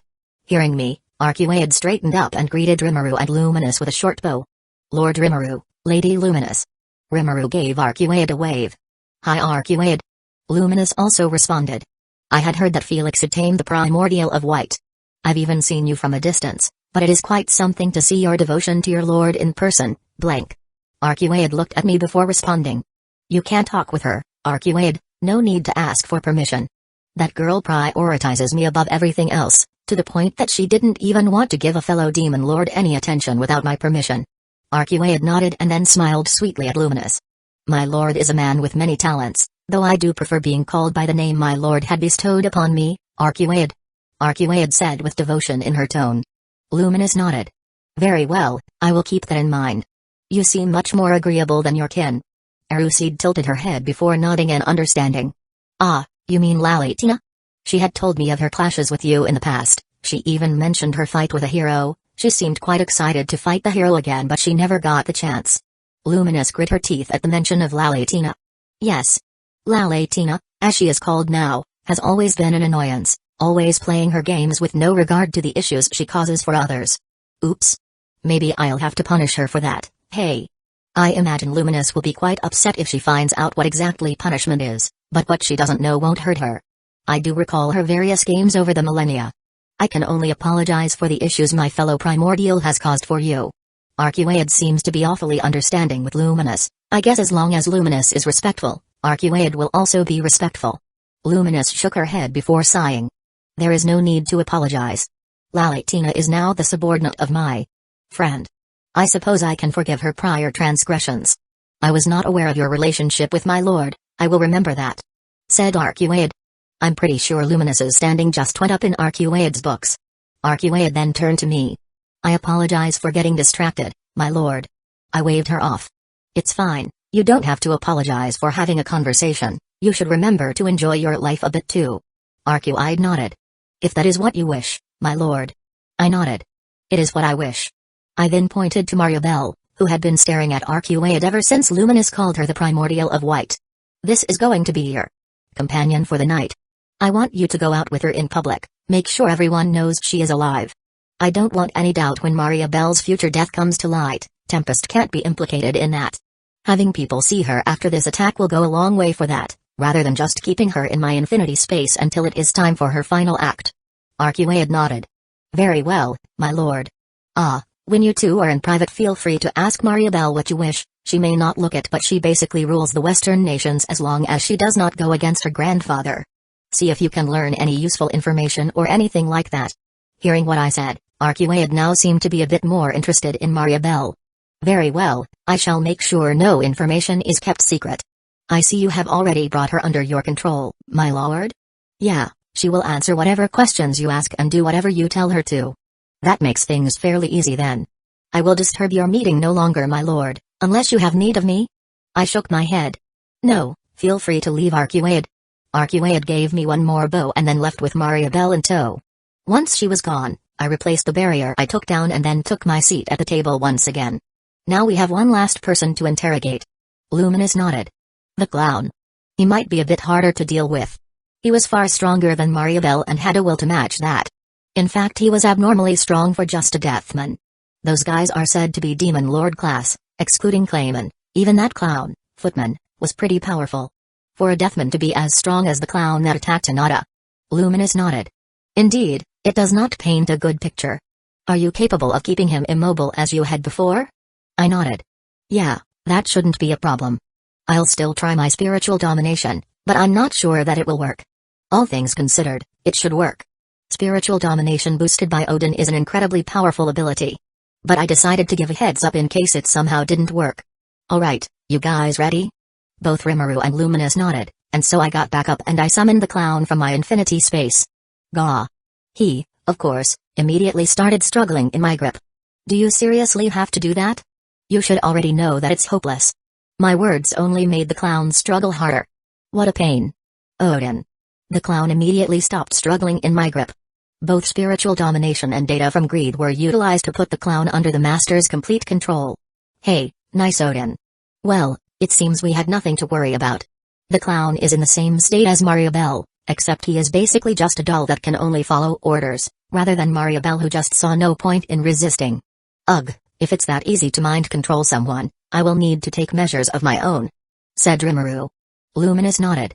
Indeed, I was aware of such skills existing, but I did not think that it would work on someone as powerful as this clown. Even Louis, at his full power, is weaker than this clown. Well, not everyone can do it the way I did it. I used multiple skills to control this clown, skills I will be keeping secret.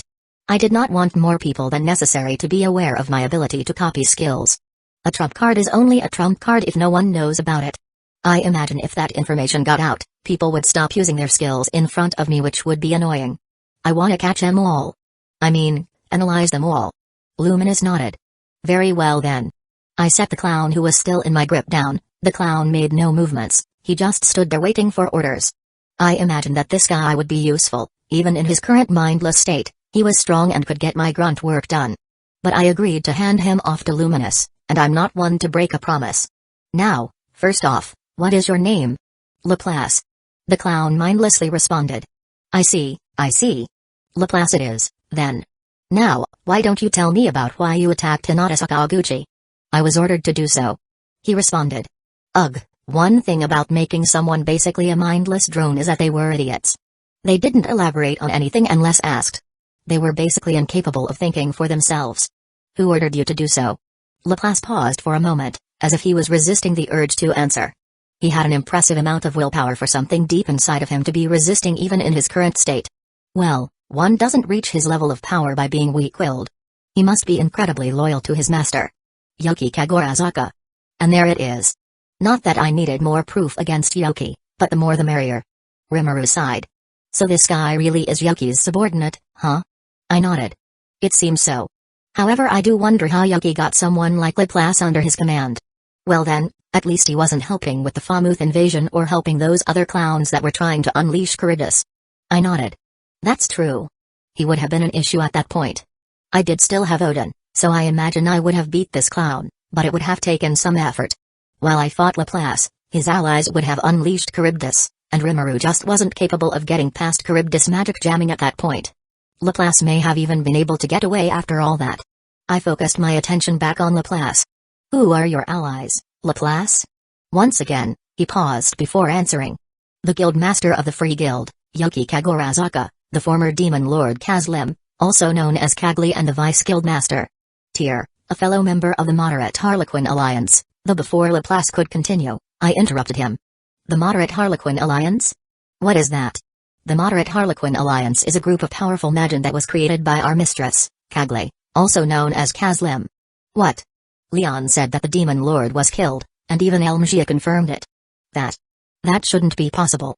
Maybe someone was just using Kazlim's name?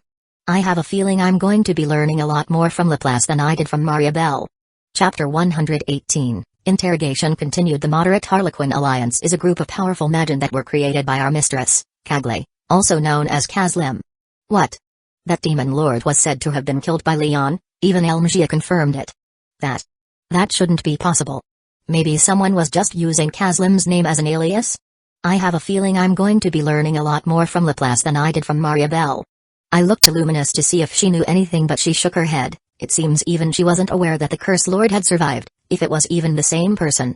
The question is, did Leon spare her and lie to everyone else about it, or did something else happen? Notice. Deathmen are capable of surviving without their flesh. They are capable of roaming the world as an astral body for years and can possess a suitable host. It is likely that the individual Leon Cromwell was not aware of this, allowing Demon Lord Kazlim to escape and survive. I see. That makes sense, thanks Odin. Then it seems this is the real Demon Lord Kazlim then. I'm not quite sure how powerful he was in his prime. I don't even know if he was an awakened Demon Lord, or just a Demon Lord seed. I'm leaning towards just being a Demon Lord seed. I remember hearing that he had gone toe-to-toe with Roy Valentine, Luminous substitute. Roy, while powerful, was no true Demon Lord, so I imagine Kazlim was around Roy's level, therefore fodder. I suppose Laplace may know for sure. We are currently a group of mercenaries for hire. Our current employer is Yuki Kagorazaka, who is allied with our mistress. I nodded. Who else is in this Moderate Harlequin Alliance? Our president is Kagli, I am the vice president, Laplace, the Wonder Pirate, then the main members were Clayman, the Crazy Pirate, Footman, the Angry Pirate, and Tyr, also known as Teardrop. Now we are down to merely myself, the president, and Tyr. Laplace informed. So Clayman was a member then, huh? And just like I thought, Laplace did have some kind of relationship with Footman and Tyr. The main members? So do you have branch members or something? Laplace nodded. We have various resources to call upon throughout the Western nations, but our only true permanent branch member was Eva, also known as No Face. Eva? That wouldn't happen to be Clayman's former maid, would it? Laplace nodded. That would be her. I see. Eva had disappeared shortly before Clayman launched his invasion, and no one I asked knew where she had gone. Do you know where she is? Laplace shook his head. I see. Well, tell me more about your president. Start with how Kagli managed to survive when Leon claimed to have killed him. Kagli was an ancient high elf, the princess of them in fact. A princess? I thought Kazlim was male. Weird.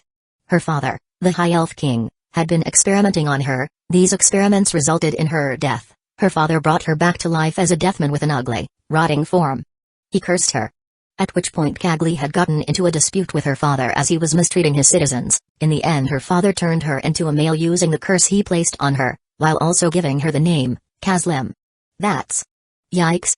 I'm definitely not going to be showing her mercy just because of a sob story, but it does help me get a better understanding of Kagli at the very least. I did always wonder what happened to one of my Ken's daughter, to think she would turn into Kazlim. How unfortunate, said Luminous. I turned to look at Luminous. Did you know the High Elf King? Luminous nodded. I was well acquainted with all of Twilight's creations, the so-called pupils of the ancestor. I had even met Kagli in the past. Back then she was a kind innocent girl. The pupils of the ancestor? That was a group I haven't heard about. Luminous nodded. We were a group composed of the various true ancestors of each of the various races created by Twilight Valentine. Ah, I see. It isn't surprising that they had a group like that. Do you guys still meet up from time to time? Luminous shook her head. No. The majority of us have already passed on. The only one I still regularly maintain contact with is Sylvia, Gunter, and Valentine. Gunter? Isn't that your butler? And who is Valentine? Luminous nodded. Gunter is my butler and one of the true ancestors of the vampires. Valentine is the name that Roy and Louis had when they were a single being. Ah, I see. So there are 3 vampire true ancestors then, huh? Luminous shook her head. No, While I can technically be considered a true ancestor of the vampires, I am much more different. I am the single being that Twilight was able to create that was similar to him. He called me his other half. I am the only one of my kind, a high blood, a being born divine. Talk about being a cheat. Being born with divinity is incredible. Luminous seemed to have caught on to my impressed look as she puffed up her chest and looked at me haughtily. I ignored her and looked back at Laplace. Continue. Laplace obediently nodded.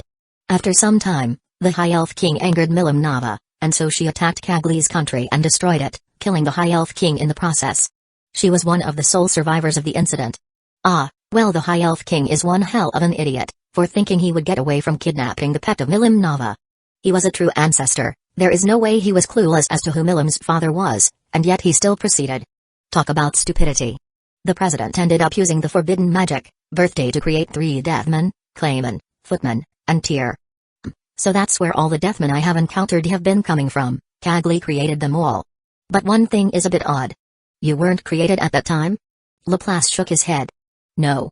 I was created when my former self had drove away the Chaos Dragon, but suffered fatal wounds in the process. My former self made a deal with Kazlim. Kazlim would bring him back to life in his service. He warned my former self that I would not recall my memories, but he still agreed. So Laplace seems himself as someone different from his former self then? My former self ended up losing who he was, and I was born. Said Laplace. Just out of curiosity, are you aware of who your former self was? Laplace nodded. The identity of my former self was Sarian Grimwald, the husband of Sylvia Elrue, and father to Elmgia Elrue Sarian. My eyes widened upon hearing that. Rimuru slammed his hands on the table. What? After resurrecting me as a Deathma, hold on, go back for a second. You were Sarian? The elven hero? Laplace nodded. And your memories of when you were Sarian are just gone? Laplace nodded. Kazlim had tried to delve into my soul to attempt to restore them as a gift to me, but he was unable to. I did not have much of a problem with losing those memories. I'm sure his former self disagrees. Asmodeus is a skill that has some authority over souls, so perhaps it can help Laplace regain his memories? Negative. When the individual Laplace became a Deathman, the memories of the individual Sarian have been completely suppressed if not wiped. They may be located deep within the heart core, but delving that deep into an individual's being is incredibly dangerous and may result in the soul completely collapsing in on itself. There is not enough data to safely extract the memories. I see, well, it was worth a shot. Now that I think about it, that was a pretty unreasonable request. How unfortunate. From what I have heard, Sarian Grimwald was a good man. Sylvia had spoken of him fondly. Sighed Luminous. Ugh, what should I tell Elmgia? Sighed Rimuru. I shrugged my shoulders. Well, she does have the right to know what happened to her father. I guess we just tell her what happened and let her mourn. The man that was her father is gone, all that's left now is the Wonder Pirot. We can worry about that later though. Rimuru sighed but nodded nonetheless. Hopefully Elmgia doesn't act like a pain. Her demanding for Laplace despite his crimes would be bothersome. Laplace has his own crimes to pay for, Donata's death, killing Roy Valentine, and possibly assisting Clayman in the invasion. I'm not one to demand absolute justice about everything. In the end the powerful get to decide things. Unfortunately, while Elmgia is strong, she is the weaker party in such a thing. Elmgia and her dynasty against 3 demon lords, even she would be hesitant to go against that. Though I would feel a bit bad to strong-arm her like that, I do somewhat like her.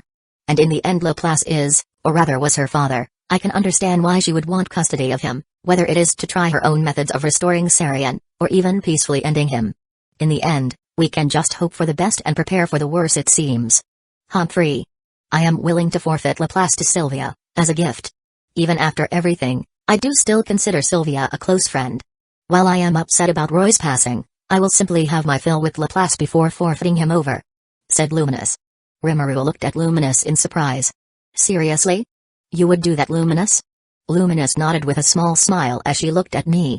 Indeed, seeing as this is the birth date of a new friendship I hope lasts, I am willing to do this favor. It has been a long time since I met someone I could consider a friend. The most recent one was Hinata and Chloe in fact. The life of an immortal is only enjoyable if there are others to share it with. Huh, those are wise words, Luminous. Your age is really showing. I commented with an impressed smile. For some reason, my comment only ticked Luminous off. My age, you said? Asked Luminous with a serene smile. What is this invisible pressure she is giving off? Is this some new hockey Odin? Negative. Do you have any idea what this is then? Even I'm beginning to feel pressured. Apostrophe. Don't leave me for dead now. Luminous was still glaring at me, as if hoping I would contentiously erupt into flames. I just sighed. Women were truly complicated creatures. Still, I smiled at recalling what Luminous had said. Who knew she had some diva behind all that sin? But thanks, Luminous, I truly appreciate it. If you need me, just call me and I'll be there. Luminous' eyes widened slightly as she recognized the worth of the words I had said. Having the friendship of someone as powerful as me was useful no matter who you were. Luminous gave me a smirk and nodded, the invisible pressure she was releasing vanishing. Hey, I'm sure Hinata would be surprised at Luminous, and my newfound relationship. It'll be fun seeing her expression. Rimuru loudly sighed in relief. Oh man, I thought things were going to get messy. I looked at Rimuru in confusion. Why would that be? He looked at me as if I was missing something obvious. And you call me dense? He just shook his head and refused to elaborate. Ah, still that's a relief. Thanks a lot, Luminous. I was worried about how to handle Elmgia. After everything that has happened, having an angry Elmgia was not going to help at all. It must be your sorta lucky day, Rimuru. Yeah, I guess. I looked back to Laplace. Tell us more about what Kazlim did after the Chaos Dragon's attack. Laplace nodded and continued. After the attack, Kazlim gathered some elves that were still loyal to her and set out to make a place for herself. Unfortunately, the elves that remained with Kazlim were corrupted as the Chaos Dragon's miasma had been infused into the land itself, resulting in them becoming dark elves. I see, and was the nation she established just of?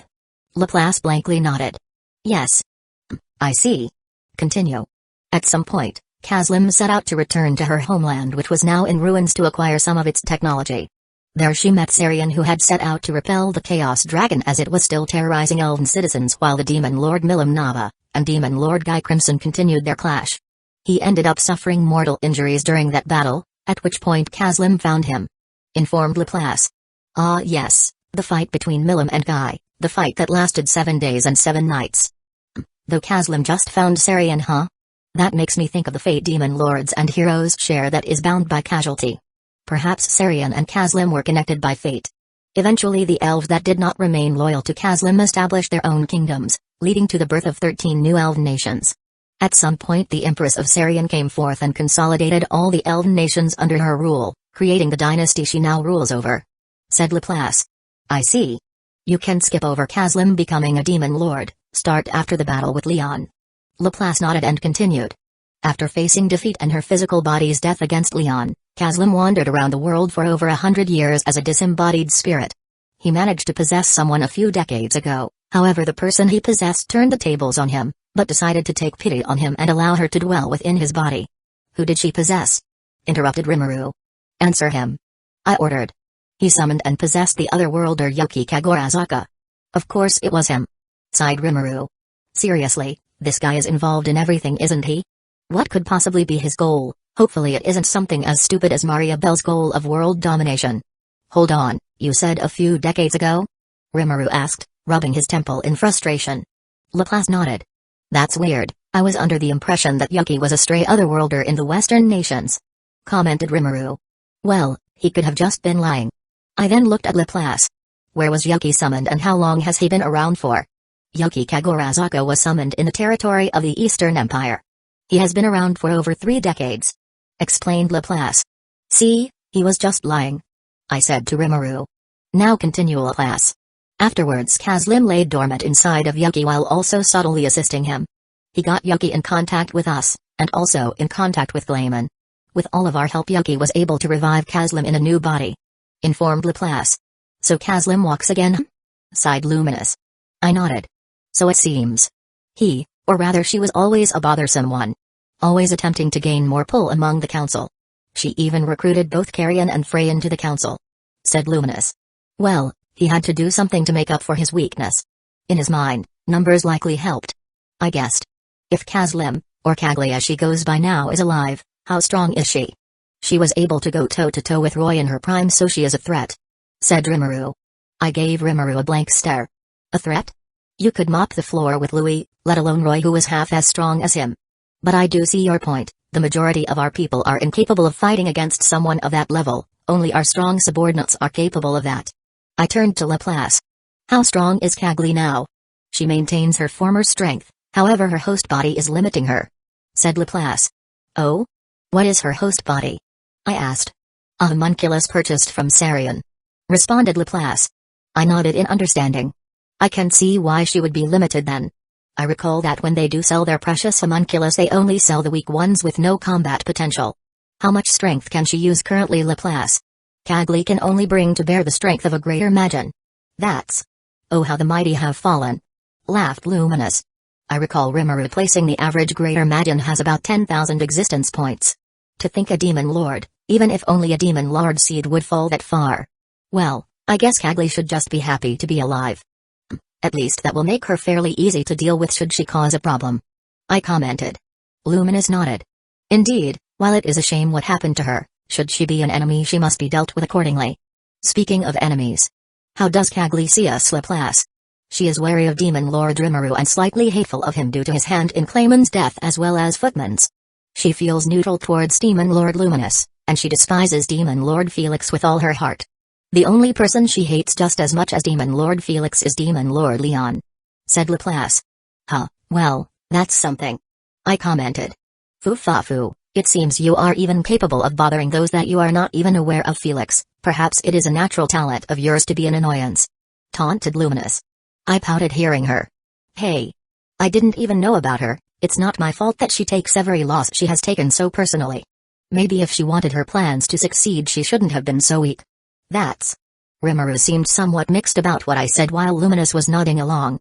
Felix is right, you know, Rimuru. In this world it does not matter if you are just or unjust. It does not matter if you are considered evil by the masses. What matters is if you are powerful enough to decide who is right and who is wrong. As long as you are powerful enough you can do as you please. Should Guy wish to destroy some human nation, no one will truly stop him, even among the demon lords. Hinata learned this lesson firsthand from me, added Luminous. Rimuru seemed to be deep in thought, so while he was thinking I decided to hear more about what Luminous had to say. Oh? What did Hinata do? I asked, curiosity tinting my voice. Luminous smirked and elaborated.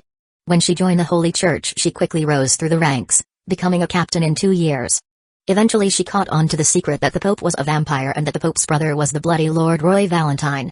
Ugh, I can already picture what she would do. She was always less of the thinking type and more of the doing type. Luminous nodded. Indeed, your guess is fairly accurate. Hinata made her way to my inner sanctum and confronted Louis, leading to a fight between them, with Hinata against both Roy and Louis. In the end both Roy and Louis were at death's door, but Hinata was also beyond recovery by mortal means. Seriously? Rimuru exclaimed. I know she is strong but even back then she was a total diva, huh? Luminous nodded. Indeed, it was an impressive show.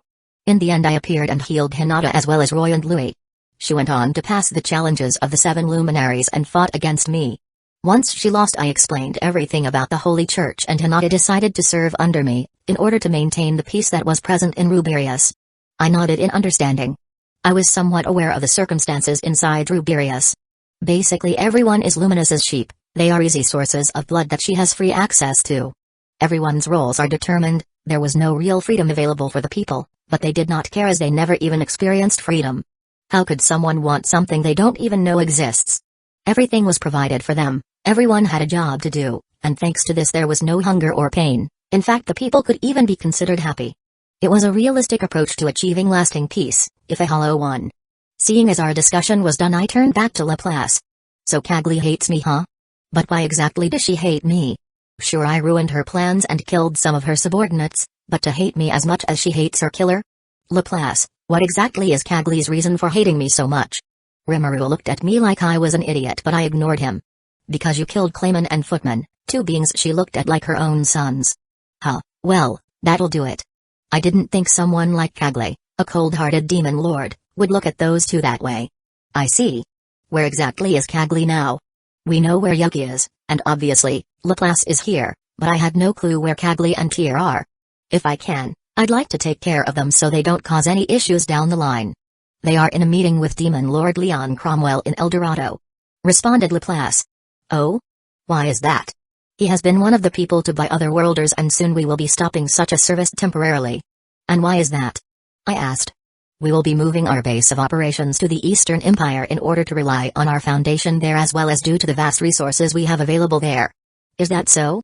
So I can't take on Cagley now then, huh? I know just showing up to El Dorado is not going to go well. It isn't a big deal anyways, Cagley and Tyr on their own aren't threats.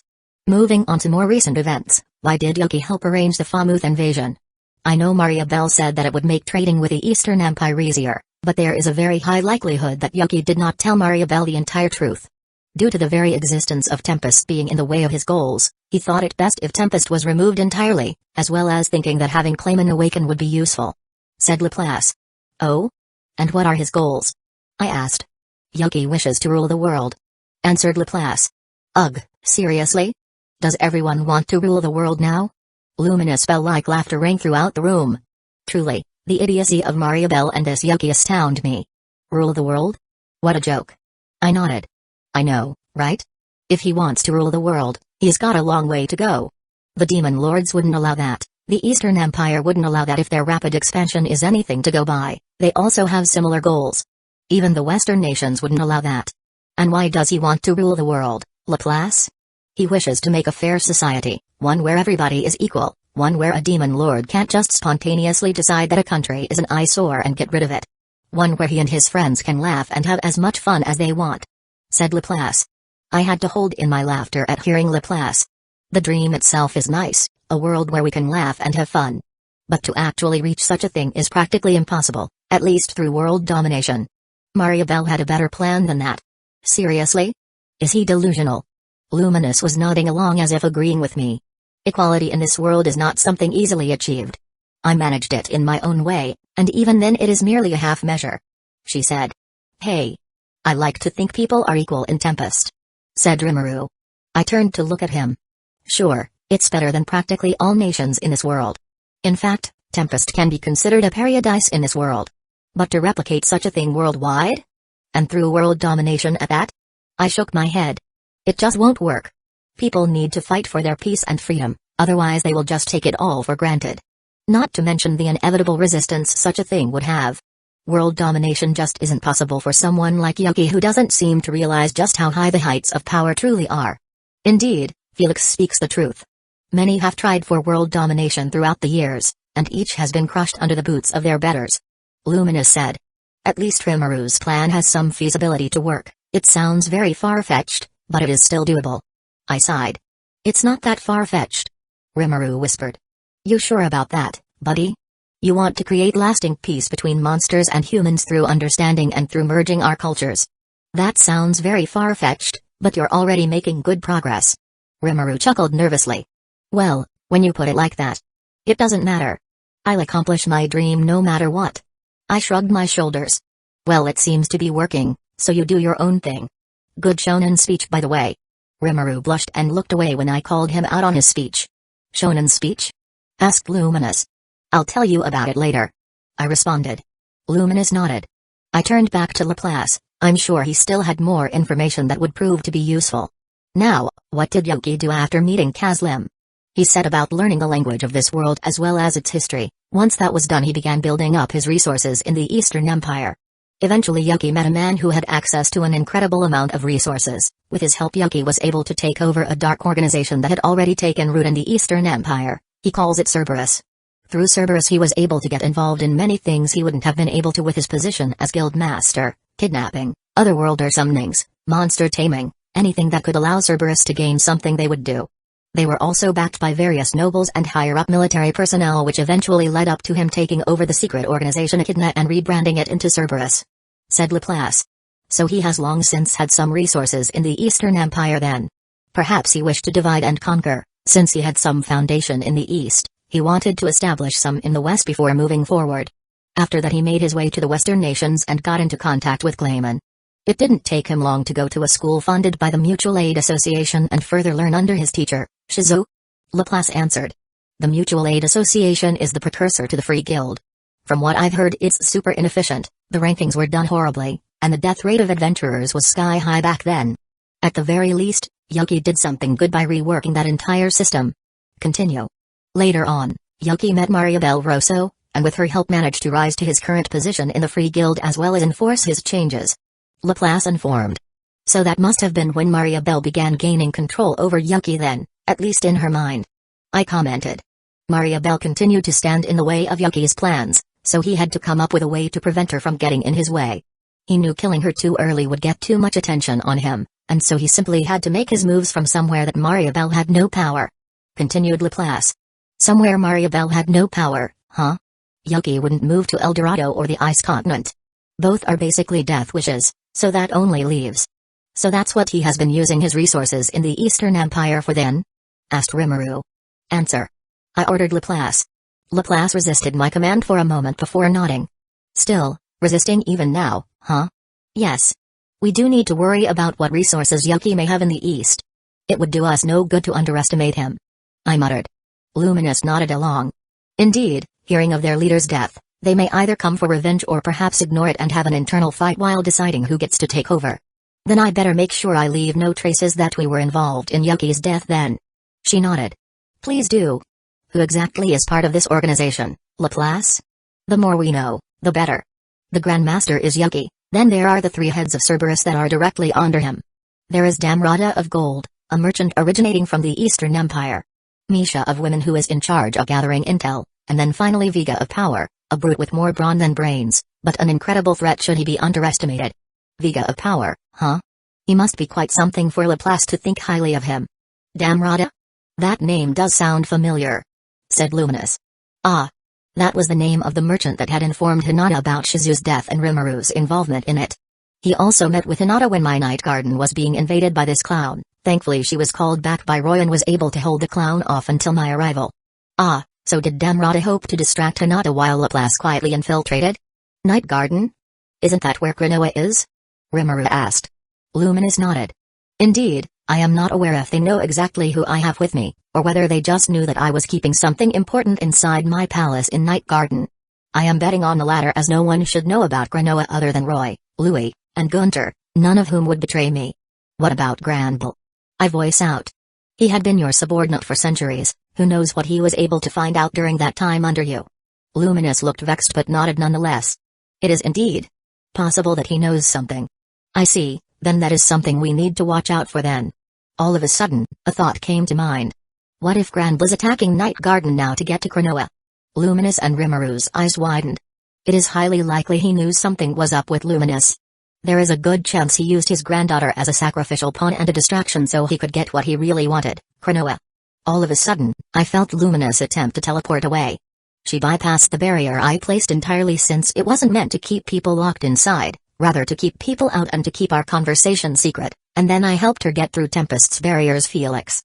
I quickly grabbed Laplace and stored him in my infinity space and then I tracked the spatial coordinates Luminous teleported to and teleported both Rimuru and I to the same location. Once we arrived, I saw a glowing blue coffin at the end of the room with Luminous standing in front of it. We must be in Luminous's palace now, then. Now that I know where it is, I can freely travel here as I please. Most barriers couldn't hope to hold me back either. Rimuru and I slowly approached her. So that's Granoa, huh? Luminous didn't respond, but I didn't need one. The figure within was completely nude, and seemed to be in a coma of sorts. Chloe. Rimuru whispered. Odin, can you break this seal? It is possible, however it will take time. How long exactly? Approximately 6 months. I see. Well, I think it's best to leave it to Luminous then. Wait. What about the anti-skill dagger I got from Laplace? Negative, it is impossible. Perhaps with the original anti-skill it is possible, but the weapon is mainly designed to negate and cut through magics and skills. It will not be nearly as effective against the holy arc that the individual Luminous Valentine designed. However, it will shorten the time that Odin needs to break the seal down to 6 months. I see. What about Beelzebub then?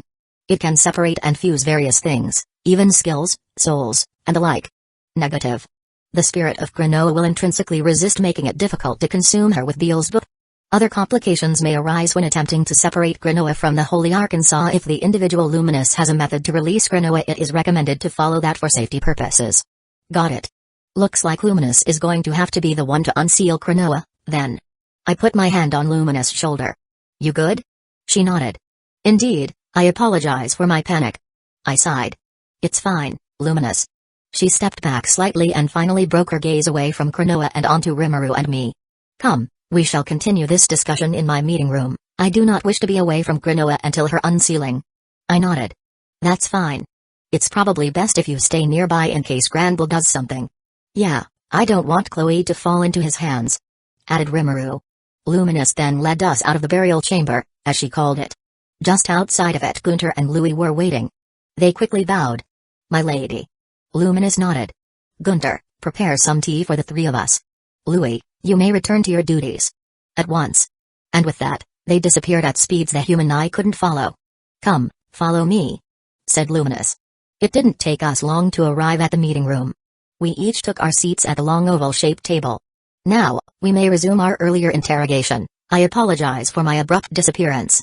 I was simply worried that Felix's guess may have been true. None of my traps had alerted me to anything, but I wished to make sure, said Luminous. I waved her off. As I said earlier, it's fine, I'm sure Rimuru agrees. At my words, Rimuru nodded.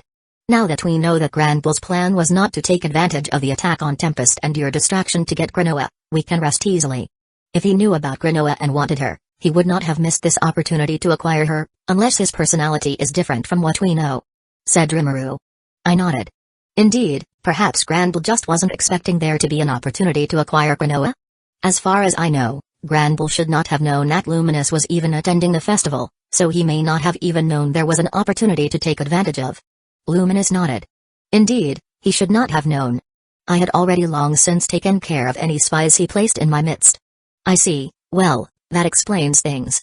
Seeing as we had solved the mystery of why Granville did not take advantage of the opportunity to snag Granoa, I summoned Laplace out of my infinity space and resumed my inquiries.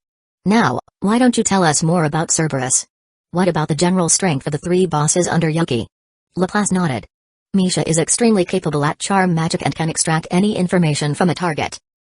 Is it just charm magic, or does she have a unique skill for charm as well? Either way, it is something to be careful of.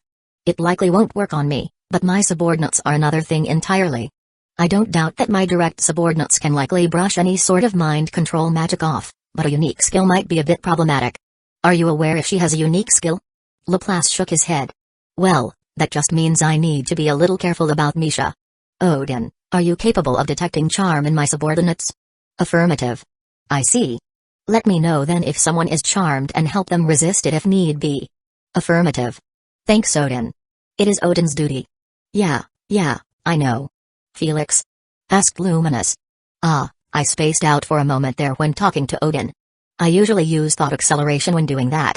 I shook my head. It's nothing, Luminous. She nodded. Alright, then continue, Laplace. I ordered. Damrata does not have any combat capability as far as I know, he is just a merchant with vast resources. For some reason, I doubt that, but if Laplace doesn't know anything, then there isn't much I can do. And Vega?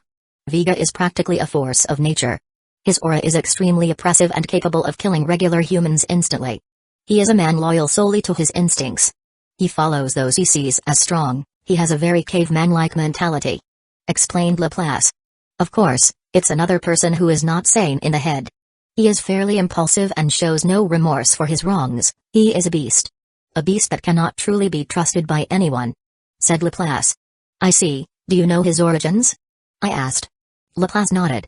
He was born in the kingdom of Ingrassia. His father went insane as he was a magic inquisitor who took in too much monster power. Magic inquisitor, huh? I've heard a bit about those. They are basically humans who take in the factor of a monster, which turns them into a magician. They gain various abilities depending on which factor they acquire.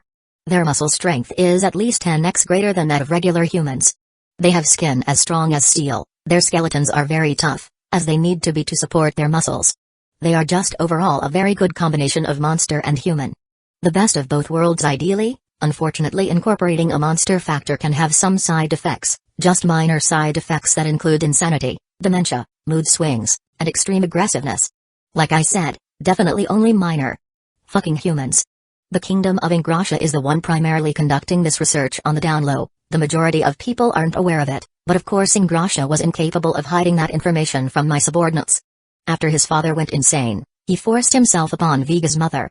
Vega had an ego from the moment he was born and was often scraping for scraps on the streets while avoiding those who would do him harm.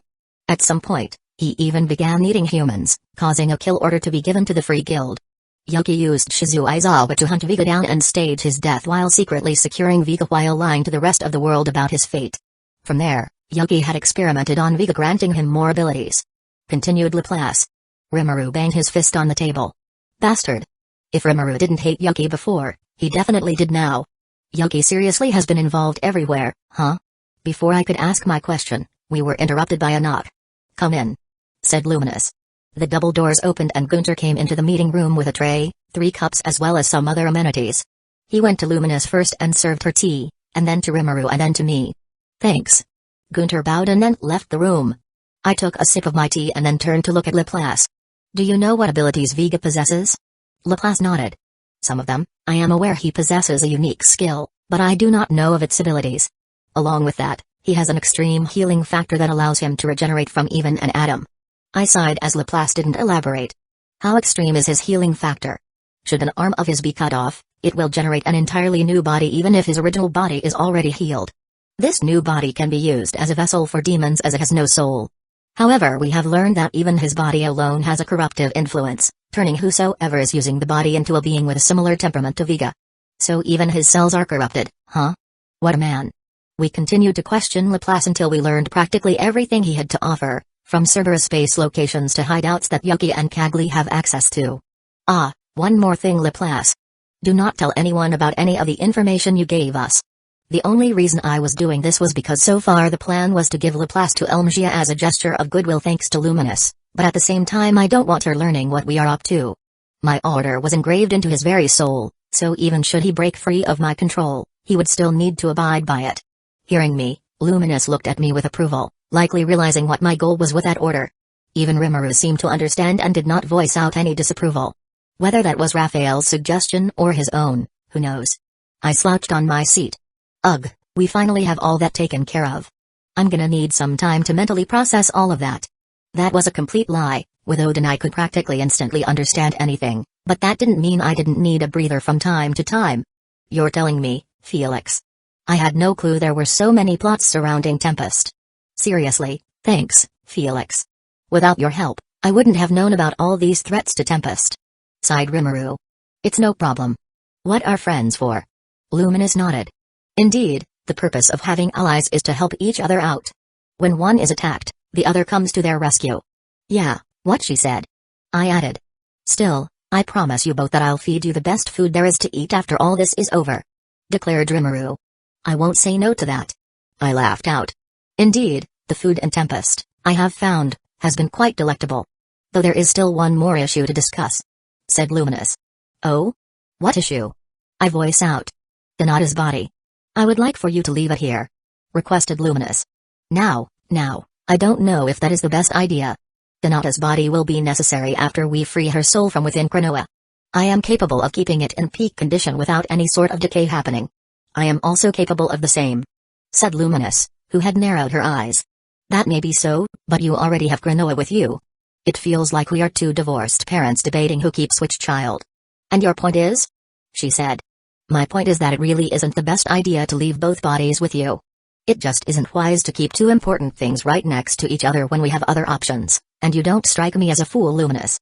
Luminous grimaced. TCH. Fine, you win this time, Felix, but should I find that any harm has came to Hinata? Yes,